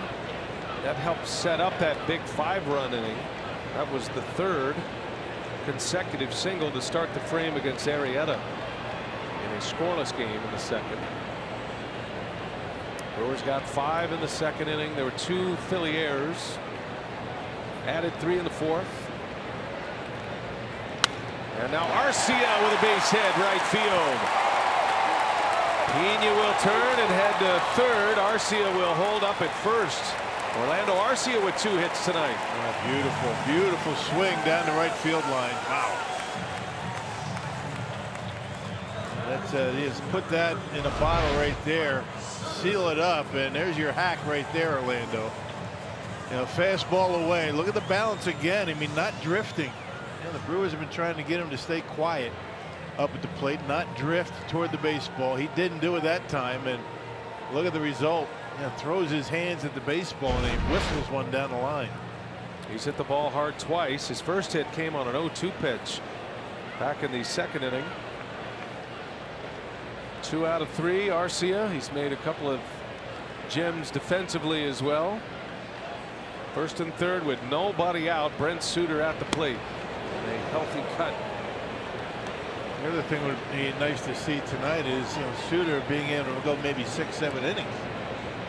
Something he hasn't been able to do to this point. Well, he's cruising right along. He's working on a 4-hit shutout through the first 5. 0-2 the count.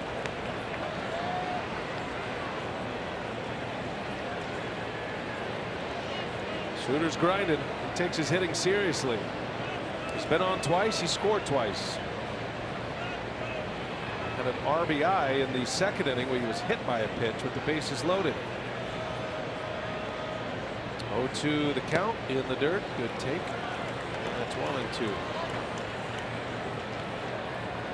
The Phillies aren't holding Arcia on. It's not a good idea to be stealing bases up 9-0. Stay right there.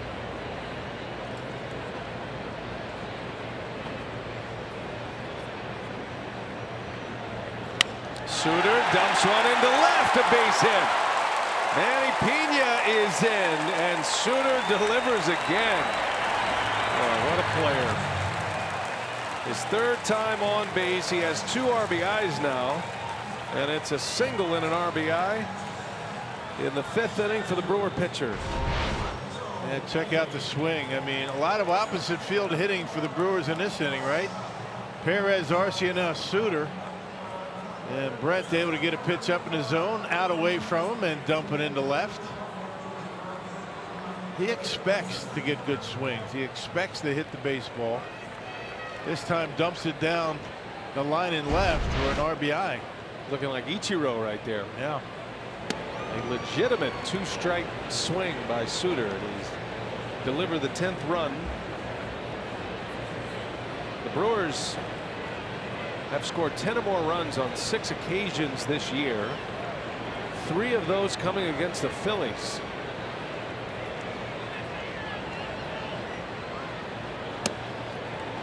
Two on, nobody out.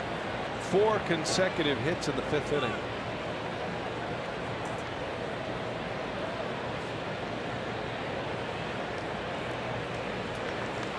Lorenzo Cain's had a big game already. He's driven in 2, scored twice, has 2 hits, a stolen base.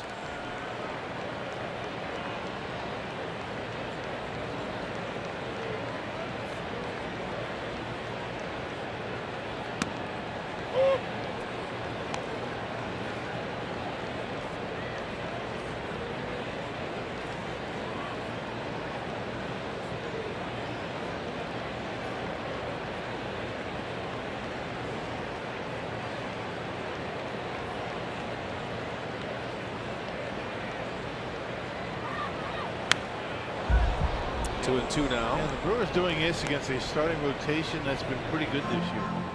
Coming into tonight, even after the Brewers, scored 24 runs in 2 games. Off of Velasquez, the first game of that series in Philly, they lit him up for 10 runs. This is the 6th best earned run average for a starting rotation in the NL, 372. So this is a pretty good unit that they're able to do this against. Cain is down on strikes. First out of the inning. It's tough to maintain kind of ERA that the Phillies have as a team, A, in that ballpark, which as it heats up is one of the more hitter friendly ballparks in the big leagues, and B, with the kind of defense the Phillies are playing this year. It can snowball in a hurry, and there's no better example than that second inning. Right, and it's not just the errors. It's plays that should have been made that are not. Hitting, not missing cutoff men and throwing to the wrong bases. It's all part of good defense. The growing pains of a young team.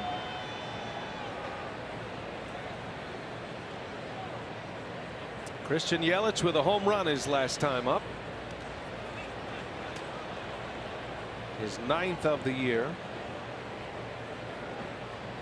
And it was a towering fly ball, a Miller Park homer. Only traveled 359 feet, but it was enough to get out. That's why he loves playing in Miller Park half of his games as opposed to Marlins Park. There's going to be some home runs from Yelich this year. I would imagine he'll be trending toward a career high. And you know, the special thing about both he and Cain, they play every single day just about. Don't need too many off days. Continuity at the top of the batting order. You can throw Shaw in there too. 2 balls, no strikes. Brewers have 2 on. 10-0 Milwaukee. What a performance here tonight. Souter is pitching well. And the Brewers got a few gifts defensively by the Phillies, but they've come up with big hits. 11 hits already for Milwaukee. We're only in the 5th. Only 1 out in the 5th.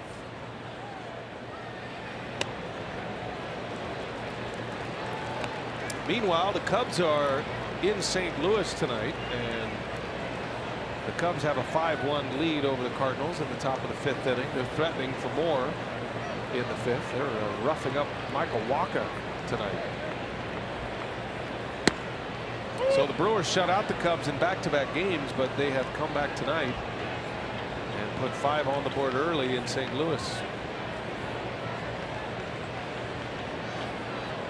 It gives you kind of a sense of how good this Brewers pitching staff has been, shutting them out back-to-back games.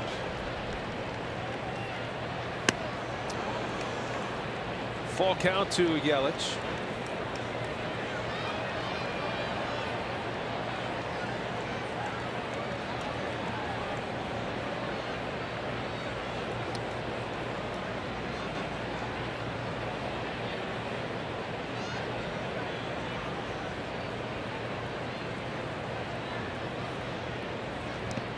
And a swing and a miss. Down it goes.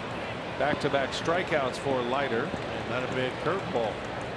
Hey, tonight's time of the game winner, Von Trier Tavern in Milwaukee. If they call the Brewers by 10 o'clock tomorrow morning, they get 40 tickets to a Friday night game in the Miller Light Beer Pen. This offer courtesy of the Tavern League of Wisconsin and Miller Lite. That feels like a place you've been to before. I don't remember, but I might have been there. Close proximity. Here's Jesus Aguilar. 2 on, 2 away.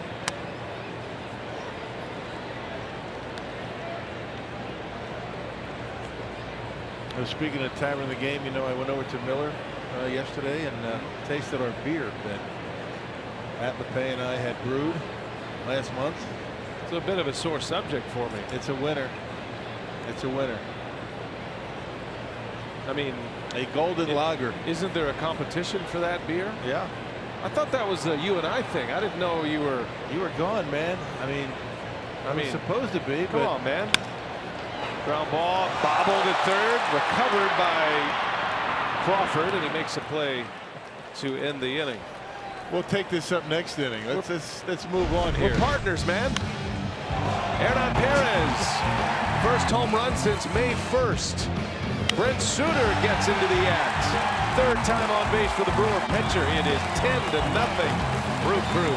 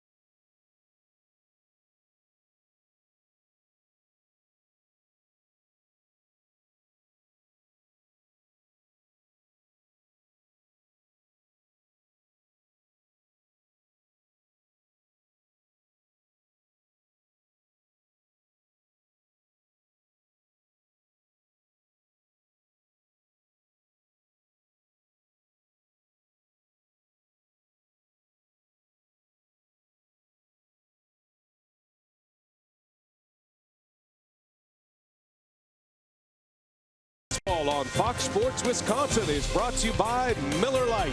Great taste and only 96 calories. And by Toyota. Let's go places.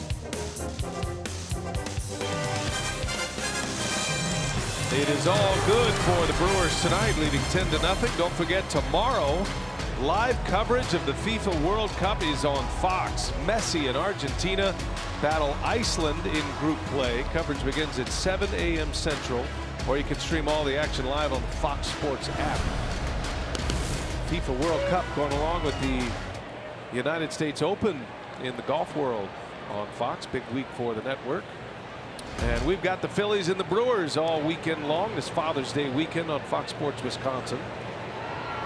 Souter carries on here as we go to the 6th. 5 shutout innings. He's given up 4 hits.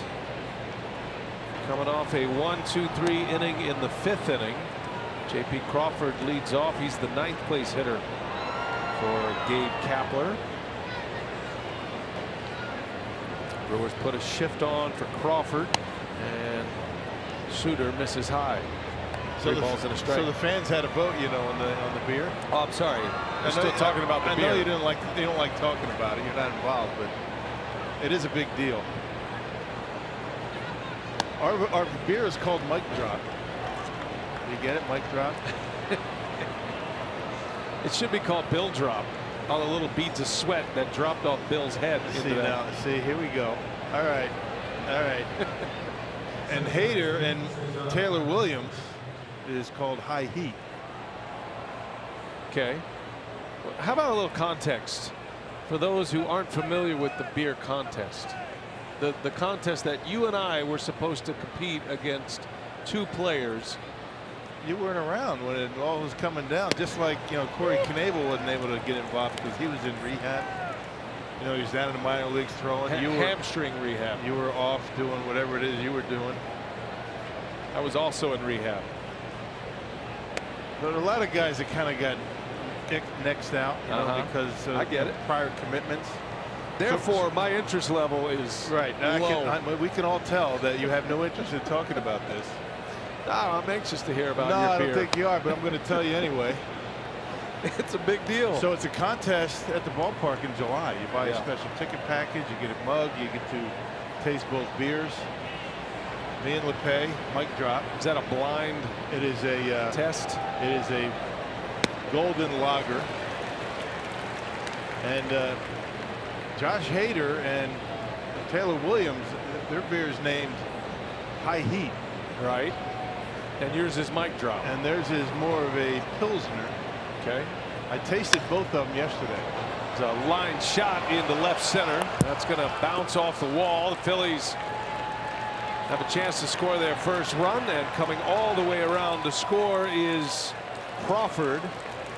And it is an RBI double for Cesar Hernandez, who has 3 hits in this game. 3 of the 5 hits against Souter coming from their second baseman. And the shutout streak ends at 23 consecutive innings for Brewer pitching. That ball coming after a leadoff walk. Nothing ever good happens with leadoff walks. Hernandez really stinging the baseball on Brent Souter tonight. So 3 for 3, 2 singles and a double. Phillies have a consecutive streak going with at least 1 extra base hit. That's their 63rd in a row. That ties the Cubs for the longest stretch this year. And Souter will go to work with a runner at second and nobody out. The first one misses low. So this contest will be here at the ballpark in July, you're saying? Right, 1 day only. And what do you win? Winner doesn't get anything but bragging rights. But it was a lot of fun, and I was able to sample both. How many samples did you have? Enough to determine which one I wanted. What do you think the contributing ingredient was, Rock, to make this such a, what you feel is a winning beer?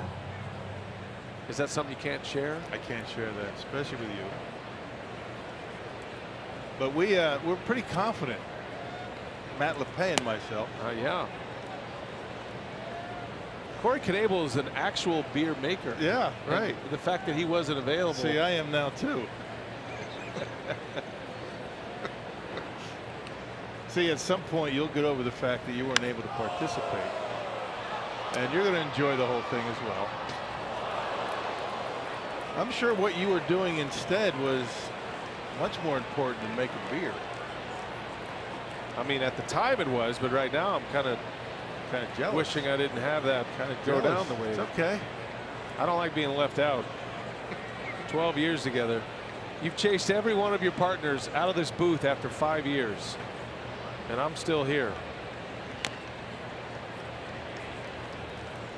Jim Paschke and Matt Vasgersian and Darren Sutton. You ran them all out. Well,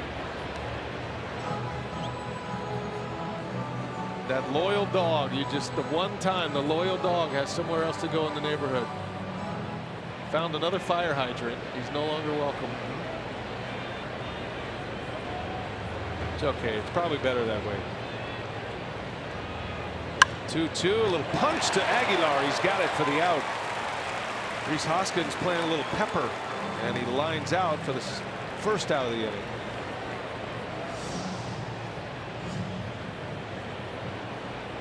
you are a wonderful partner for a lot of things, but beer making is not one of them. Beer making and beer drinking. Beer drinking. Beer eating. Oh boy. Maybe next year. Yeah, I hope so. You think he'll be around in mid-April? Probably not. End of May.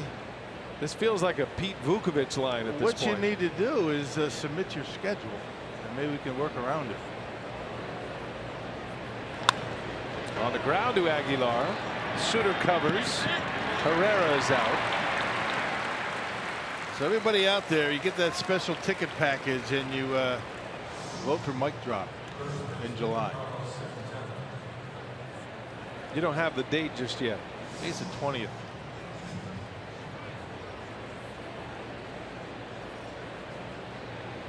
By the way, we want to wish happy birthday to Marty Welskoff, who runs the press box here for the Brewers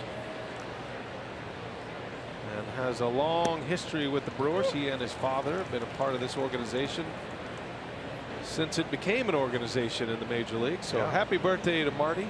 And back at Old County Stadium. Yeah, both of them. And Marty was actually my alternate had Matt LePay not been able to make it. Nice. He would have been a good choice. We love you, partner. You just couldn't make it that day. That's all. It's all right. Feels like the same thing I heard from Pete Vukovich when I asked him how he's been, and I haven't seen you in a while, Pete. And he goes, yeah, that's because I have your schedule. He's a beauty. He was here today. There he is. He's up in the press box all week. I wish those two guys behind him would just try to strike up a conversation. Aguilar flips to Souter again, and the out is recorded and the inning is over. Phillies get on the board, but Souter is through 6. 10-1 Milwaukee.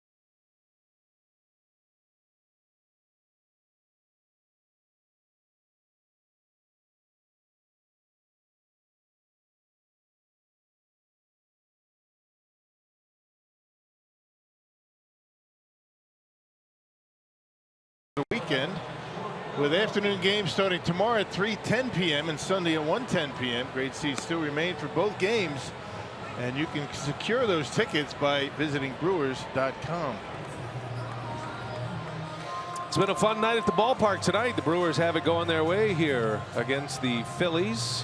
Took 2 out of 3 from Philadelphia on the road at Citizens Bank Park last weekend. Victor Arano will be the next pitcher out of the Gabe Kapler bullpen. And Arano will face Travis Shaw to start it. Kapler's made a double switch here, trying to get some innings out of his new reliever. Aaron Altair takes over in right field. That moves Williams over to left field. And Rhys Hoskins is out. So put the pitcher in Hoskins' spot if you're keeping the scorebook with us.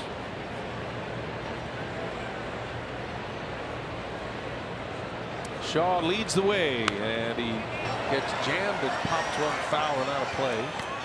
2-1 to count.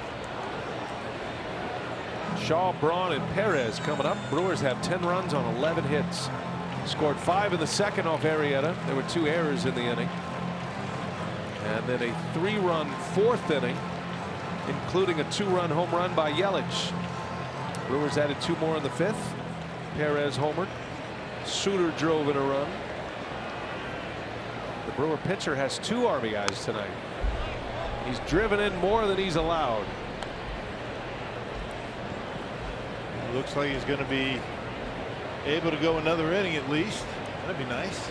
It's 7 out of Souter.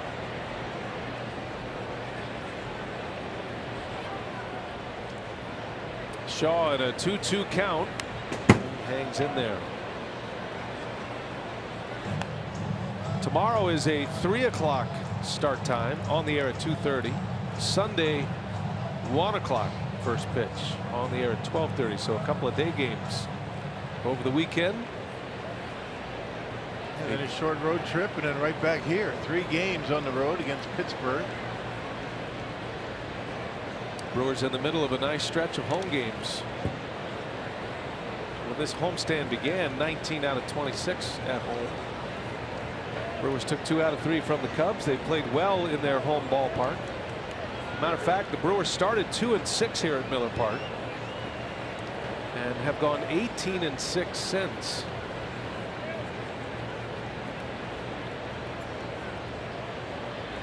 Shaw in the air, left field, down the line, and that's foul. By the way, an update on the Phillies lineup, partner. My apologies, but Hoskins has ended up at first base, so Santana is the one who's out. Right. We have Williams in left, Altair in right. It's like a volleyball rotation. Yeah. Here.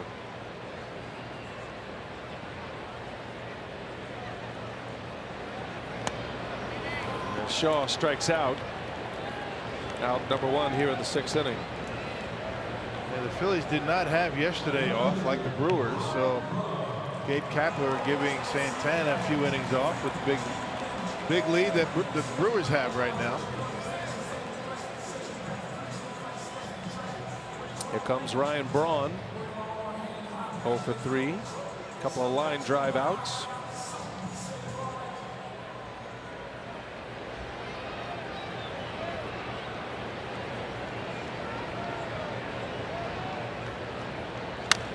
Bouncing ball right to Hoskins. And out number 2.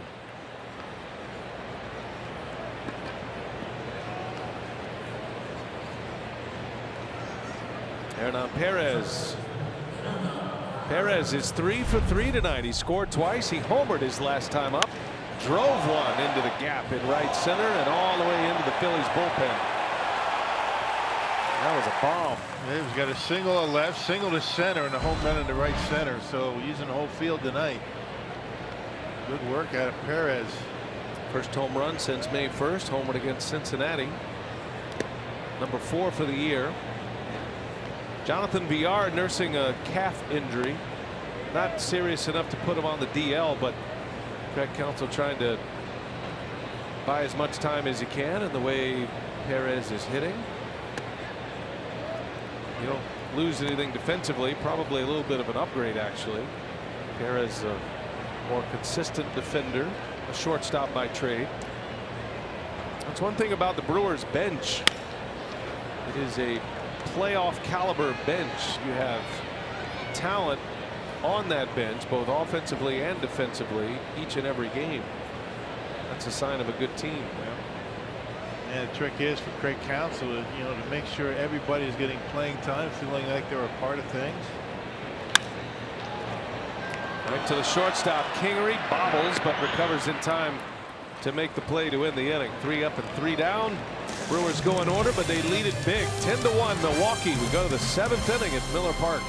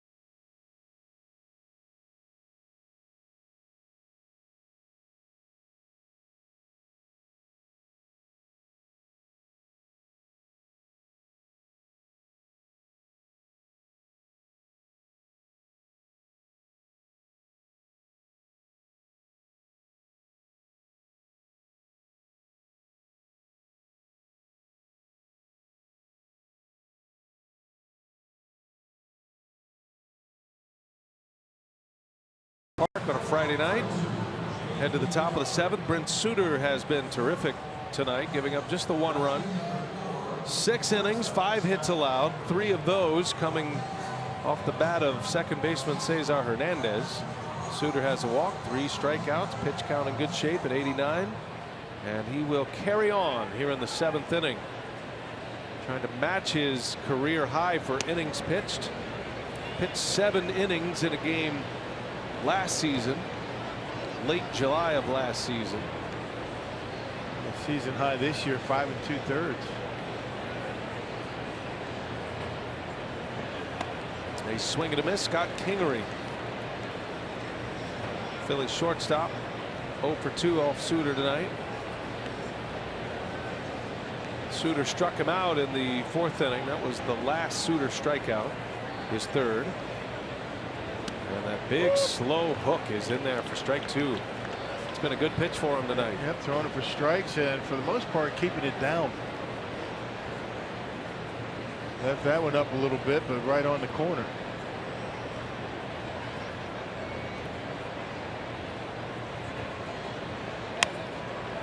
In the air to left field. Braun can't get there. A base hit. A little jam shot single for Scott Kingery. Well, we talk about Brent Souter and the off-speed stuff. Got to be down in the strike zone. He's been really doing a good job being consistent with that. I mean, you have to really dial it up. Although he only throws, you know, up mid to upper 80s with the fastball, you're kind of surprised by the curveball, and that's why he needs to throw it for strikes. He's also throwing a pretty good changeup tonight. So the curveball changeup combination, keeping it down in the zone and throwing it for strikes, just giving these hitters something else to think about. Facing Nick Williams, starts him with strike 1.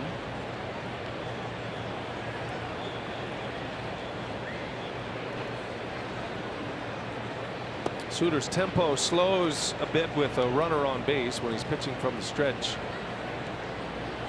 Might be one of his best assets when he's in the windup and he can pitch at that furious pace. Keeps the hitter on the defensive.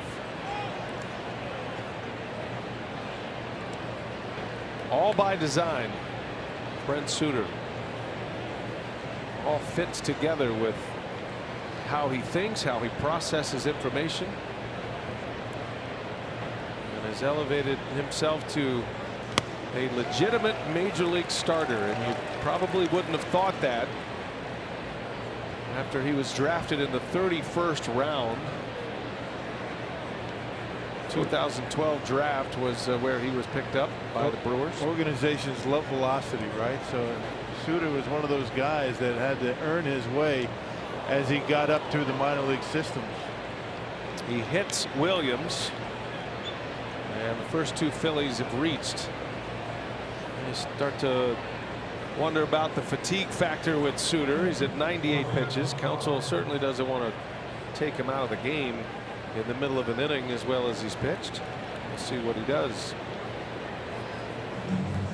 Dan Jennings just now started to throw in the bullpen. And Pena out to the mound.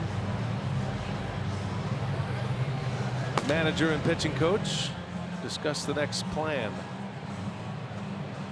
Souter so far this year has not thrown more than 97 pitches. Tonight's a little bit different, I would say, because for the most part, with a 5-0 lead after 2 innings, they've been low stress pitches for the most part. But what you don't want to do is turn a very good outing, another hitter or two could turn into something that, Vogt, or I should say Brent Souter, go home and say, hey, give up 4 runs. I mean, you just don't want to do that to the guy. Got a very good bullpen out there. You don't have to extend them. You can have a couple of guys throw an inning or two, and it's all about leaving this game for Souter feeling good about what he did tonight. On the ground, Perez makes the play. Throw to second. Out there. What a play. Hernan Perez, slick fielding second baseman, able to get an out at second base. It's the first out of the inning. It also gives Souter a chance to get a double play and get out of this mess. Yeah, terrific night for Hernan Perez all around. I mean, at the plate, terrific play right here on a ball that's ticketed for right field. I remember in the first inning, made a really good turn on a double play. Great play, baby, is what he said. Perez is a good glove man. So first and third now. Aaron Altair batting for the first time. This 8th spot in the batting order originally occupied by Arrieta, the pitcher, who had a hit tonight, but Arrieta didn't last long. 3 1/3 innings for Jake Arrieta, giving up 8 runs, 4 earned runs.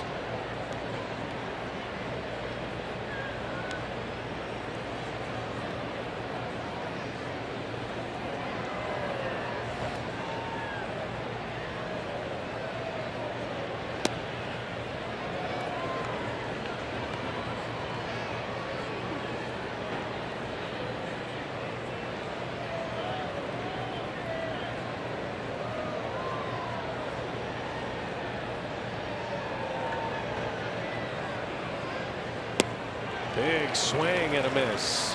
Change up. Good one. The Fosh fading away from the big right-handed hitter. Altair at 6'5". The 2-2 on the ground. Arce has got it. Room service hot. Room service double play. And Souter is out of the inning. A fist pump on his way to the dugout. 7 strong for Brent Souter. Only 1 run allowed. 6-3 double play. And it's still 10-1. Stretch time at Miller Park. Yeah, job well done, Brent Souter. Full on Jurassic right there.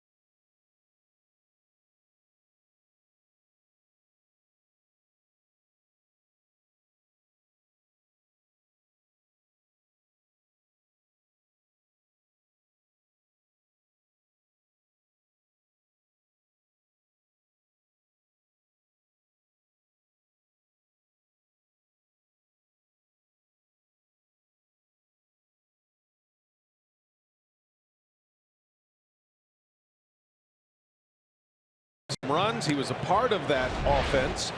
And our Badger Mutual insurance play of the game. How about this double play to make it a nice clean exit for Brent Souter through 7 strong. Yeah, on a changeup. The changeup was a good pitch. Look at the reaction from Craig Counsell, Derek Johnson. They realized that their left-hander got him through 7 innings. And that's a big deal. You know, you got a 10-0 lead. You got a starting pitcher out there. You'd love to be able to give your bullpen some time off. Even after an off day yesterday, and Souter able to give him 7 strong tonight. That's a good outing for Brent tonight. Also drove in 2 runs, also scored 2 runs. Had a hit. Manny Pena will lead off for Milwaukee. Phillies have made a lot of changes here. Edibre Ramos is the next man out of the Phillies bullpen.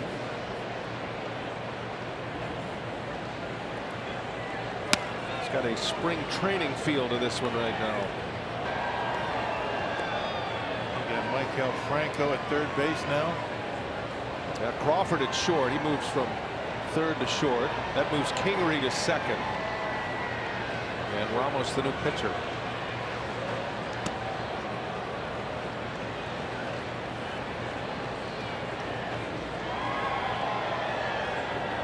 There's only 2 players in their original positions.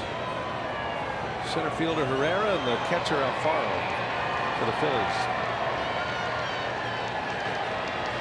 1 ball, 2 strikes on Manny Pena. 1 and 2 to the Brewer catcher, and he takes a ball.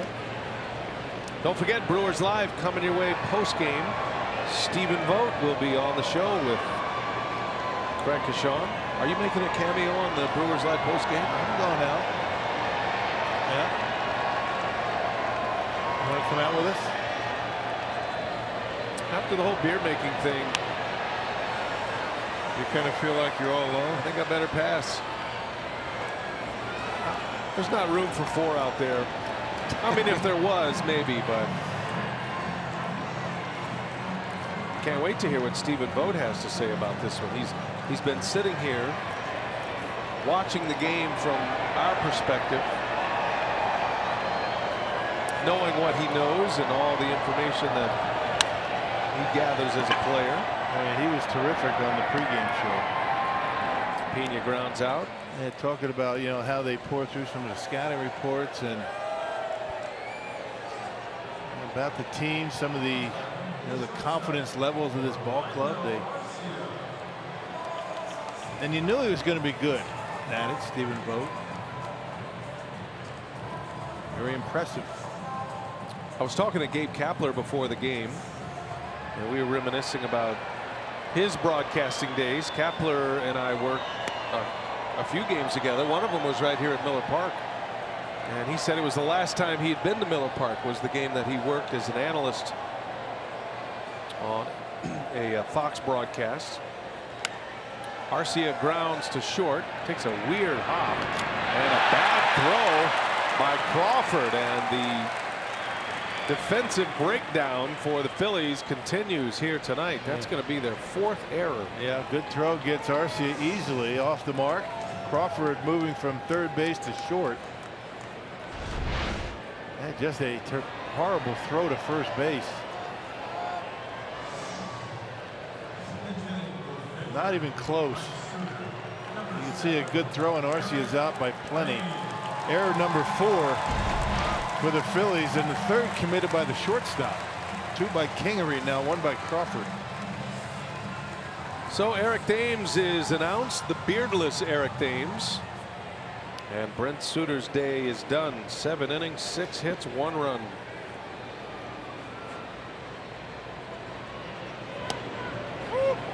Anyway, Gabe Kapler was saying, you know, to do this job, to work a game and engage in a game from a broadcaster's perspective really helped him. And he was talking about Stephen Vogt. I told him Vogt was coming on. He says, you know, that guy, he's going to be in this game a long time, as long as he wants, as a broadcaster, a manager, maybe both. There'll be a lot of teams that would be interested in him as a coach right away. He's hoping he could play a few years longer, and I'm sure he will be able to. But a guy like that who thinks the game like he does, and he's a lot like you were when you were a player. I mean, I think a lot of folks thought the way you followed the game and understood the game, communicated the game. Just the way he handles himself around the ball club, in the clubhouse and around the ballpark, and you just know he's a guy that understands his role and a student of the game. Gabe Kapler was the same, and Gabe Kapler was really a guy that dove into the analytics a lot longer, before a lot of people did. He was into that right away after his playing days. Eric Dames pinch hitting, and a swing and a miss. That'll be the second out. Back to the top of the order in Lorenzo Cain. So you can get more of Stephen Vogt on our Brewers Live postgame today. He'll join Craig and Rock. Hit him up on Twitter, Stephen Vogt. Tell him you enjoyed the work, and we're hoping to. He has an open invitation, let's put it that way. We'll hope he'll do more with us throughout the year. He's going to stay around the ball club, out with that shoulder injury the rest of the season. He's going to stay here to rehab, and valuable part of this group. There will be a point where Steven is able to sit in the dugout. They're kind of just playing it safe with that shoulder. You never know what can happen in the dugout. A couple of high fives, a guy wraps him on the shoulder, or a foul ball comes in there. They want to keep him safe, out of harm's way. But at some point, he's going to be back in the dugout and rooting the guys on. Much safer up here, though. And until that time, we have a chance maybe to get him on the air with us from time to time. 1 ball, 1 strike on Lorenzo Cain. 1 and 2 now. Yeah, but make no mistake about Steven, he's going to play again. He's not a broadcaster quite yet, although he acted like one tonight. Very good. He's still a player.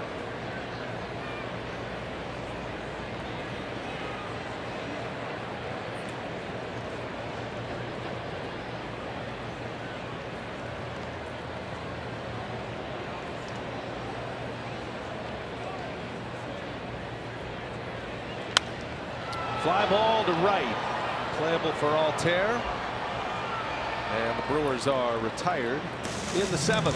10-1 Milwaukee. We go to the 8th inning from Miller Park.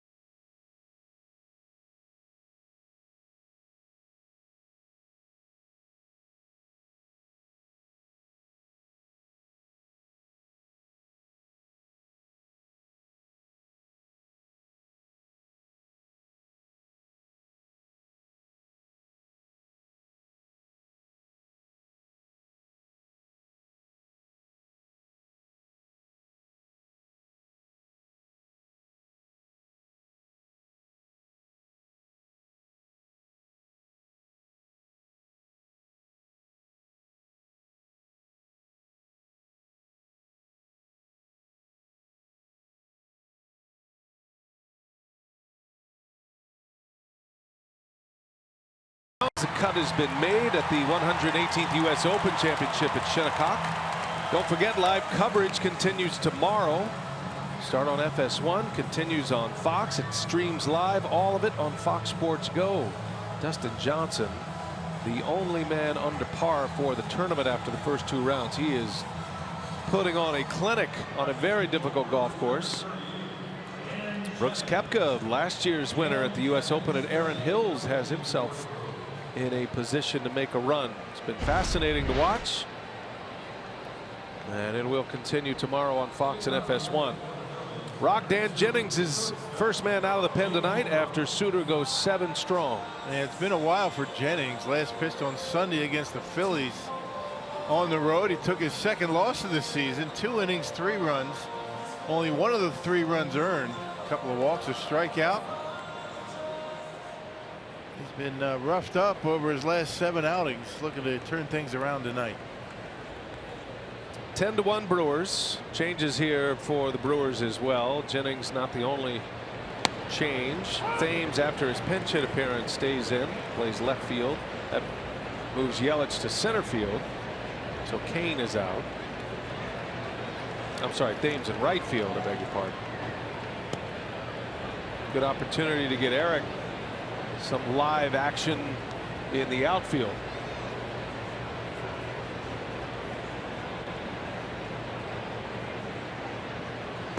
He did play some outfield down on his rehab assignment in the minor leagues. Played some left field last year. Came up as an outfielder with the Blue Jays. It's comfortable out there.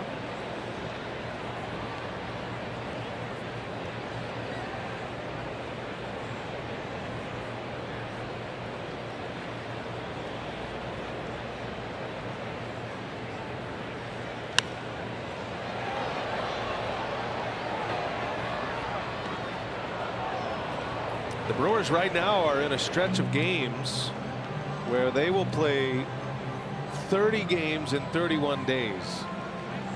So they'll play 10 in a row here. Then there's an off day, and then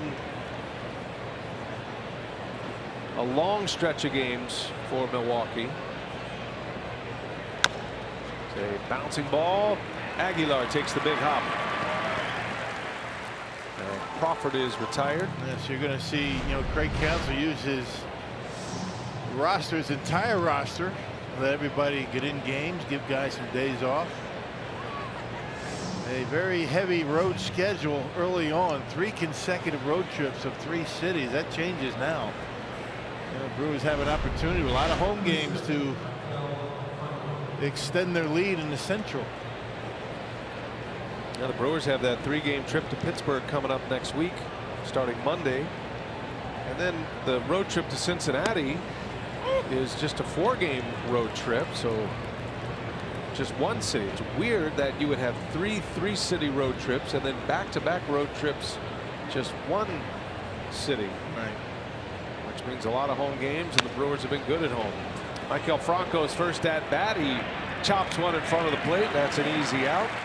Out number 2 for Dan Jennings. And the Brewers have yet one more 3-city trip coming up. That's in August. They have Atlanta, Chicago, and St. Louis. Those are the ones that, as soon as the schedule comes out, the manager, the pitching coach, they all look at, because those are the ones that can bite you. Yeah. And you have to manage those 3-city trips well. Brewers have played terrific ball on the road. Milwaukee on the road is 21-15 to go 6 games over with the 3-city trips. That is maybe the most impressive number that the Brewers can boast right now. A win tonight, they go to 21-12 at home after starting the year 2-6 at home.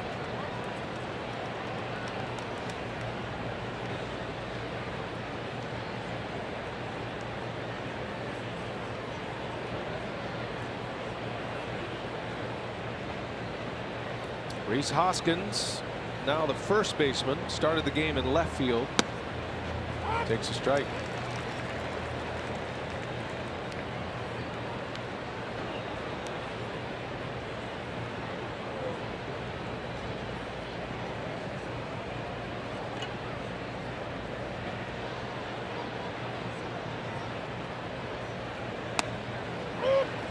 A breaking ball from Jennings, and it's 2-2 with 2 away. Yeah, sitting fastball, and on a 2-1 count, dropped the slider right down the heart of the plate.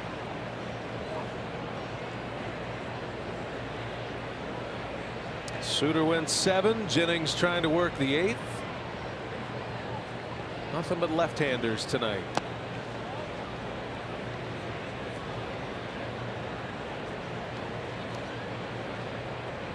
Wouldn't be surprised to see Boone Logan get an inning. Keep that left-handed theme alive. Brewers need him to find it. Every opportunity he can pitch is a good one. Bullpen's been great. They'd love to add Logan to that mix. He's been terrific in the past elsewhere. But Logan started the year injured, and that's a pretty important arm for the Brewers to try to get back on track. And location issues for him. Had a rough inning in Philly, but loaded the bases, but did not allow a run. But it was a struggle. Full count to Rhys Hoskins. High fly ball to left, playable for Braun. And Dan Jennings is going to hold serve. 3 up and 3 down. The Phillies are gone in the 8th. We go to the bottom of the 8th. 10-1 Milwaukee.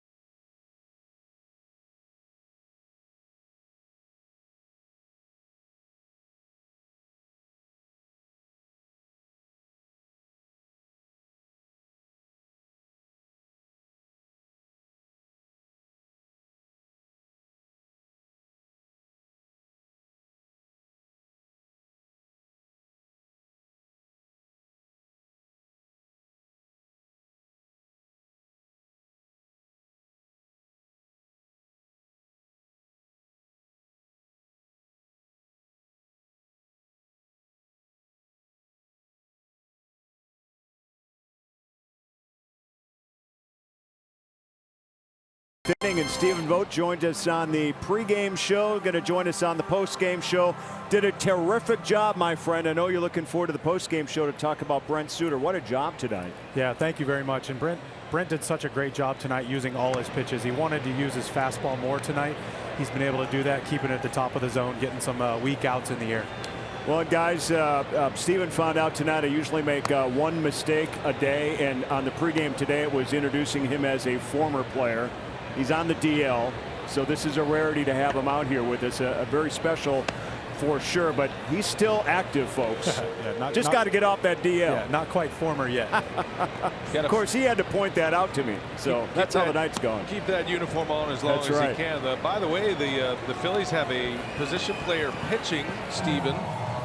Has that something you've ever approached with one of your managers? I've never been the guy that's been on that list. I heard early in my career you don't want to be that guy. So I've fortunately not been that guy, but it's kind of one thing I'd like to do maybe sometime in my career. Give me a scouting report then. If you're catching a position player who is pitching for the first time in a major league game, what do you tell him? Well, you just have some fun with it. You got to throw as many strikes as possible. Have some fun. Make sure you're all giving us a chance to let them put the ball in play, but everybody's going to try and hit home runs, so they're going to be popping it up. So just get the ball over the plate and not too fast, because if you throw up in those mid to upper 80s, you can give up some homers. Yeah, below hitting speed, right? Below hitting speed. Steven, you ever faced a position player? A little pressure when you're facing a guy that's not a pitcher, right? Yeah, there's a lot more pressure. You tend to get big with your swing. You tend to try and do too much, and then in the back of your head you say, man, I can't get out against this guy. It's a position player, and then you end up popping it up, and then you're even more mad at yourself because the at-bats still count. Stephen, you've had a big day today. We appreciate you joining us all day long as Aguilar sends one deep into center field. That is going to fly way out of here in a blast. And Aguilar with a 2-run shot. That's what he said. They're going to go up there trying to hit homers. And it's a 2-run blast for Aguilar, number 12 of the year. Yep, and they all count. Doesn't matter who you hit them off of. 12-1 Milwaukee on Aguilar's 12th. Give him 39 RBIs for the season. All smiles. Jesus Aguilar. You can't really go through the full-blown gauntlet when you hit a homer against a position player, right? It's kind of like, okay.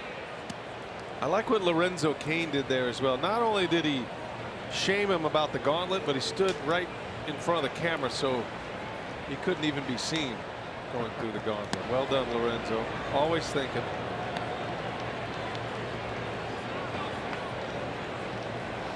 Brewers have their 3rd game in 4, scoring 12 runs against the Phillies. You know what else you like about Lorenzo Cain? Here it is. It was a 10-1 game. He got taken out. A lot of guys run on up into the clubhouse. Kill the spread. Yeah, and you know he sits right there rooting for the guys that are still in the game. Yeah, I like that. That's leadership. That's what that is. Eric Sogard pinch hitting for Shaw, and Valentin walks another. Powerball home run leaderboard. Shaw has some company now. Aguilar has 12, 2 behind Travis. 14 for Travis Shaw, is up there among top 5 in the National League. And here's Domingo Santana batting for the first time. Braun is out. Everybody on both rosters getting into the game tonight for the most part, and a position player on the mound for the Phillies. And both teams just wanting to get this one over with.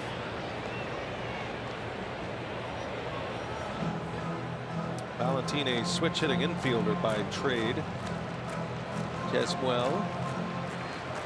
Santana in a 1-1 count.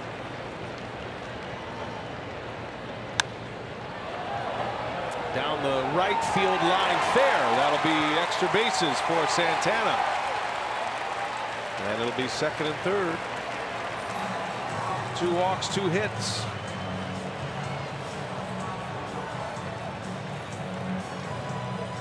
Managers do this to protect arms, protect the bullpen, preparing for the next day's games or the next stretch of games. No manager wants to be in a position to have to use a position player. I promise. Not quite sure Rick Kranitz is going to go out and tell Valentin, but there he is.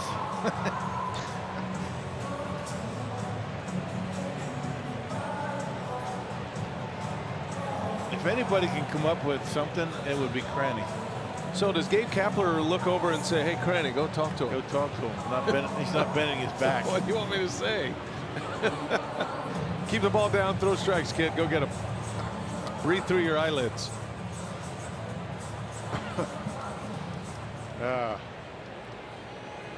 So 2nd and 3rd, nobody out, and it is Hernan Perez who can turn a very good day into a memorable day. He's 3 for 4 with a homer. He scored twice, and he's facing an infielder on the mound.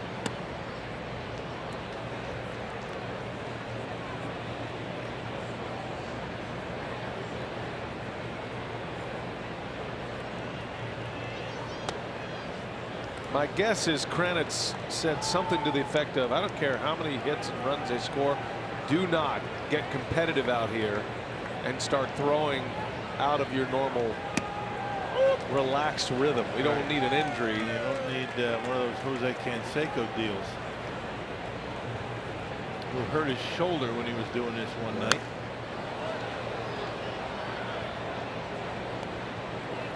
Well, we saw pitchers playing the outfield when the Cubs were here Wednesday, and now an infielder's pitching. And Perez is a strikeout victim. And that's not what you want. the first out. Hey, give Dad the gift of baseball this Father's Day with MLB.TV Premium. Now through Sunday, you can save 50% on subscriptions featuring HD streams of all out-of-market games, blackouts, and other restrictions apply. Visit MLB.TV for details. Father's Day's coming up. Slow roller to third base. This is going to play to run. Pena is out. That'll get an RBI for his trouble. And it's 13-1 Brewers. And Manny Pena with a 2-hit game, driving in his first run. 2 outs in the inning. 3 homers in the game for Milwaukee tonight. Yelich hit number 9. Perez hit his 4th. Aguilar number 12. 13 hits. Phillies made 4 errors tonight. And the big one with the bases loaded and a hard ground ball to short. It went under the glove and it could have been a double play. This could have been a different game altogether had Kingery made that play. That was in only the 2nd inning. Yeah, that was part of a 5-run second. Arrieta could have gotten out of that inning either 2-0 or maybe 3-0. I mean, it changed the arc of this game for sure. As Arcia, and that will retire the side. So Valentin survives. Position player on the mound. 13-1 Brewers. Last call for the Phillies.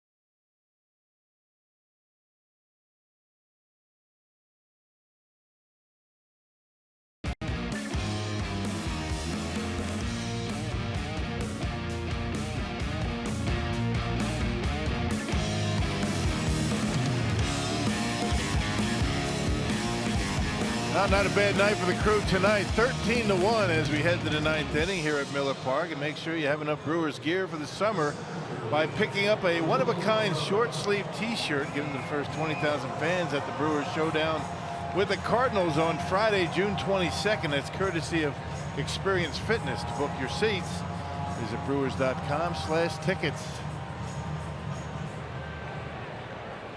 It'll be Boone Logan to try to finish this one off tonight for Milwaukee. Important game action for Logan. And we saw him on Monday against the Cubs. A third of an inning, gave up a hit, also struck out a batter. Earned run average at 482 for Boone Logan. Hey, have a hello to send out. Okay. I had a fan in front of us earlier in the game, showed me a ticket with a note on it. Say hello to these folks. Say hi to Jess and Paul. I'm sure they're still watching. That's from Amy, Trish, and Paul. So there you go. Well done. Man of the people. I told them that I would do it, and I did it. You take requests. Those are the changes, by the way, Rock, if you're interested. Thames and Santana in the corner. Sogard at second. That ball's driven to right, and Odubel Herrera will send one out of here. 13-2, and Logan's troubles continue. And that's what he needs to do. He needs to retire left-handed batters.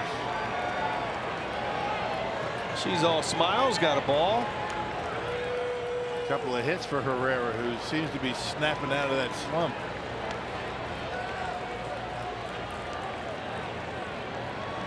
Herrera 2 for 4, his 8th home run of the year.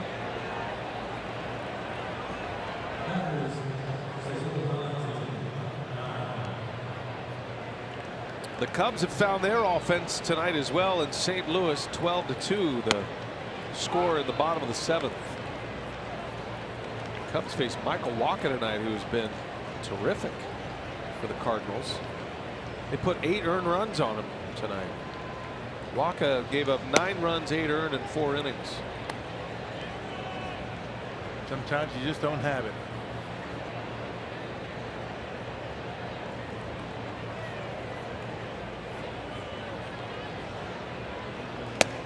Chris Bryant with a 4 RBI game.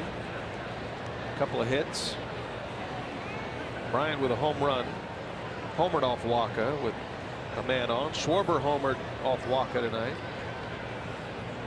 Ian Happ with a homer as well. So the Cubs found their run scoring ability after the Brewers shut them out in back-to-back games. 12 runs on 13 hits. That game's in the bottom of the 7th inning. Elsewhere in the division, the Pirates beat the Reds 3-2. Pittsburgh's a game under 500. As Logan walks Ismael Valentin. I'd be a little concerned, you know, for Craig Counsell and Derek Johnson about Logan having a difficult time this year. That was an arm that the Brewers were counting on in the bullpen. Went out and signed him as a free agent deal, figuring he'd be a valuable left-hander. Guy who's been in pennant races and pitched in the postseason. He's always done a very good job of retiring lefties.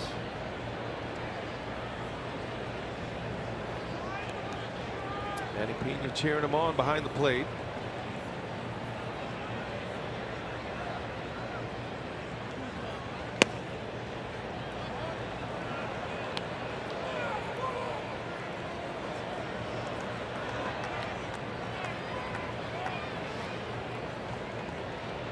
Even when it's going good, and it's going great now for Brewer pitching, there's always work to do for the pitching coach. There's always a player that needs a boost or needs attention. You never have all 25 clicking. Right. Just doesn't happen. Hitters or pitchers. Sometimes you have to grind it out with a player defensively as well.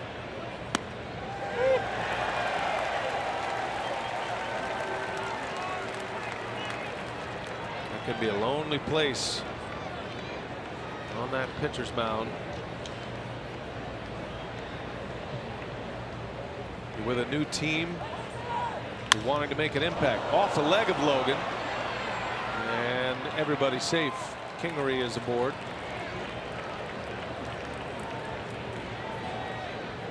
That'll be an infield hit. 2 on, nobody out. The run is in.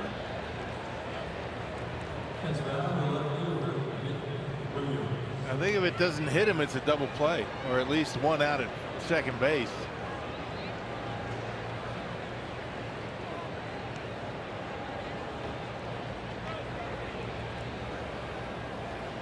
Comes Nick Williams. Game 2 tomorrow afternoon. Don't forget, that's a 3 o'clock first pitch tomorrow.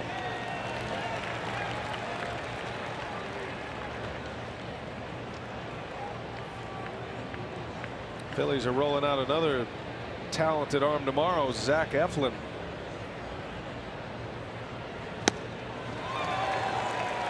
And we saw him in Philly. He looked good. He really looked good. Junior Guerra pitches tomorrow for the Brewers. Guerra, then Anderson Sunday. Brewers are working on a 4-man rotation currently. They'll need a 5th starter on Tuesday in Pittsburgh. And Logan Gets the swing and miss. Strikes out the left-hander Williams for the first out. Miller Lite, what's on tap? We're on the air at 2:30 tomorrow. Brewers Live pregame. Eflin and Guerra. Guerra's been excellent. Eflin had 9 strikeouts in Philadelphia against the Brewers. Got a terrific curveball.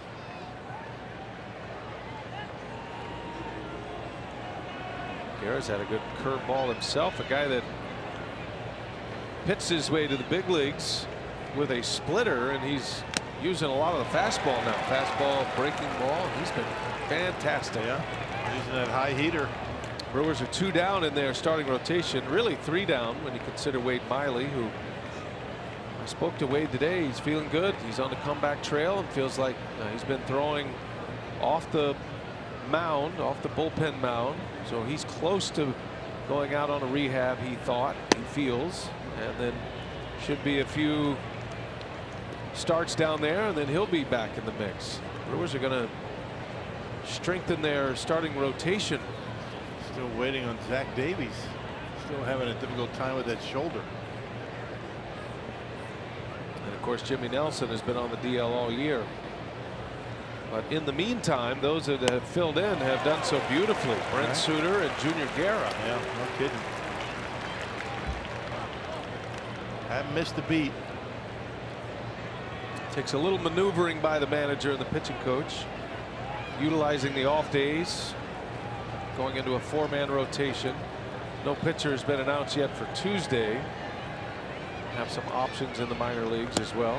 There's a swing and a miss.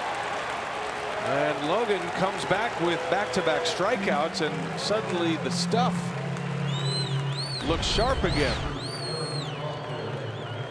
Last 4 starts for Milwaukee in this 4-man rotation. You can't do it much better than that.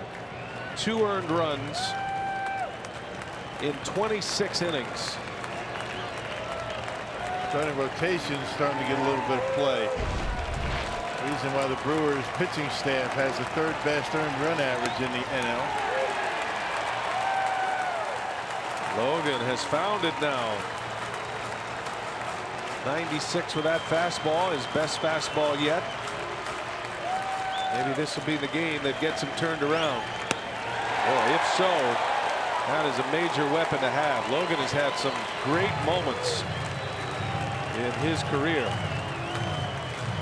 especially when it counts, and pennant races on the big stage with the Yankees in the postseason as well.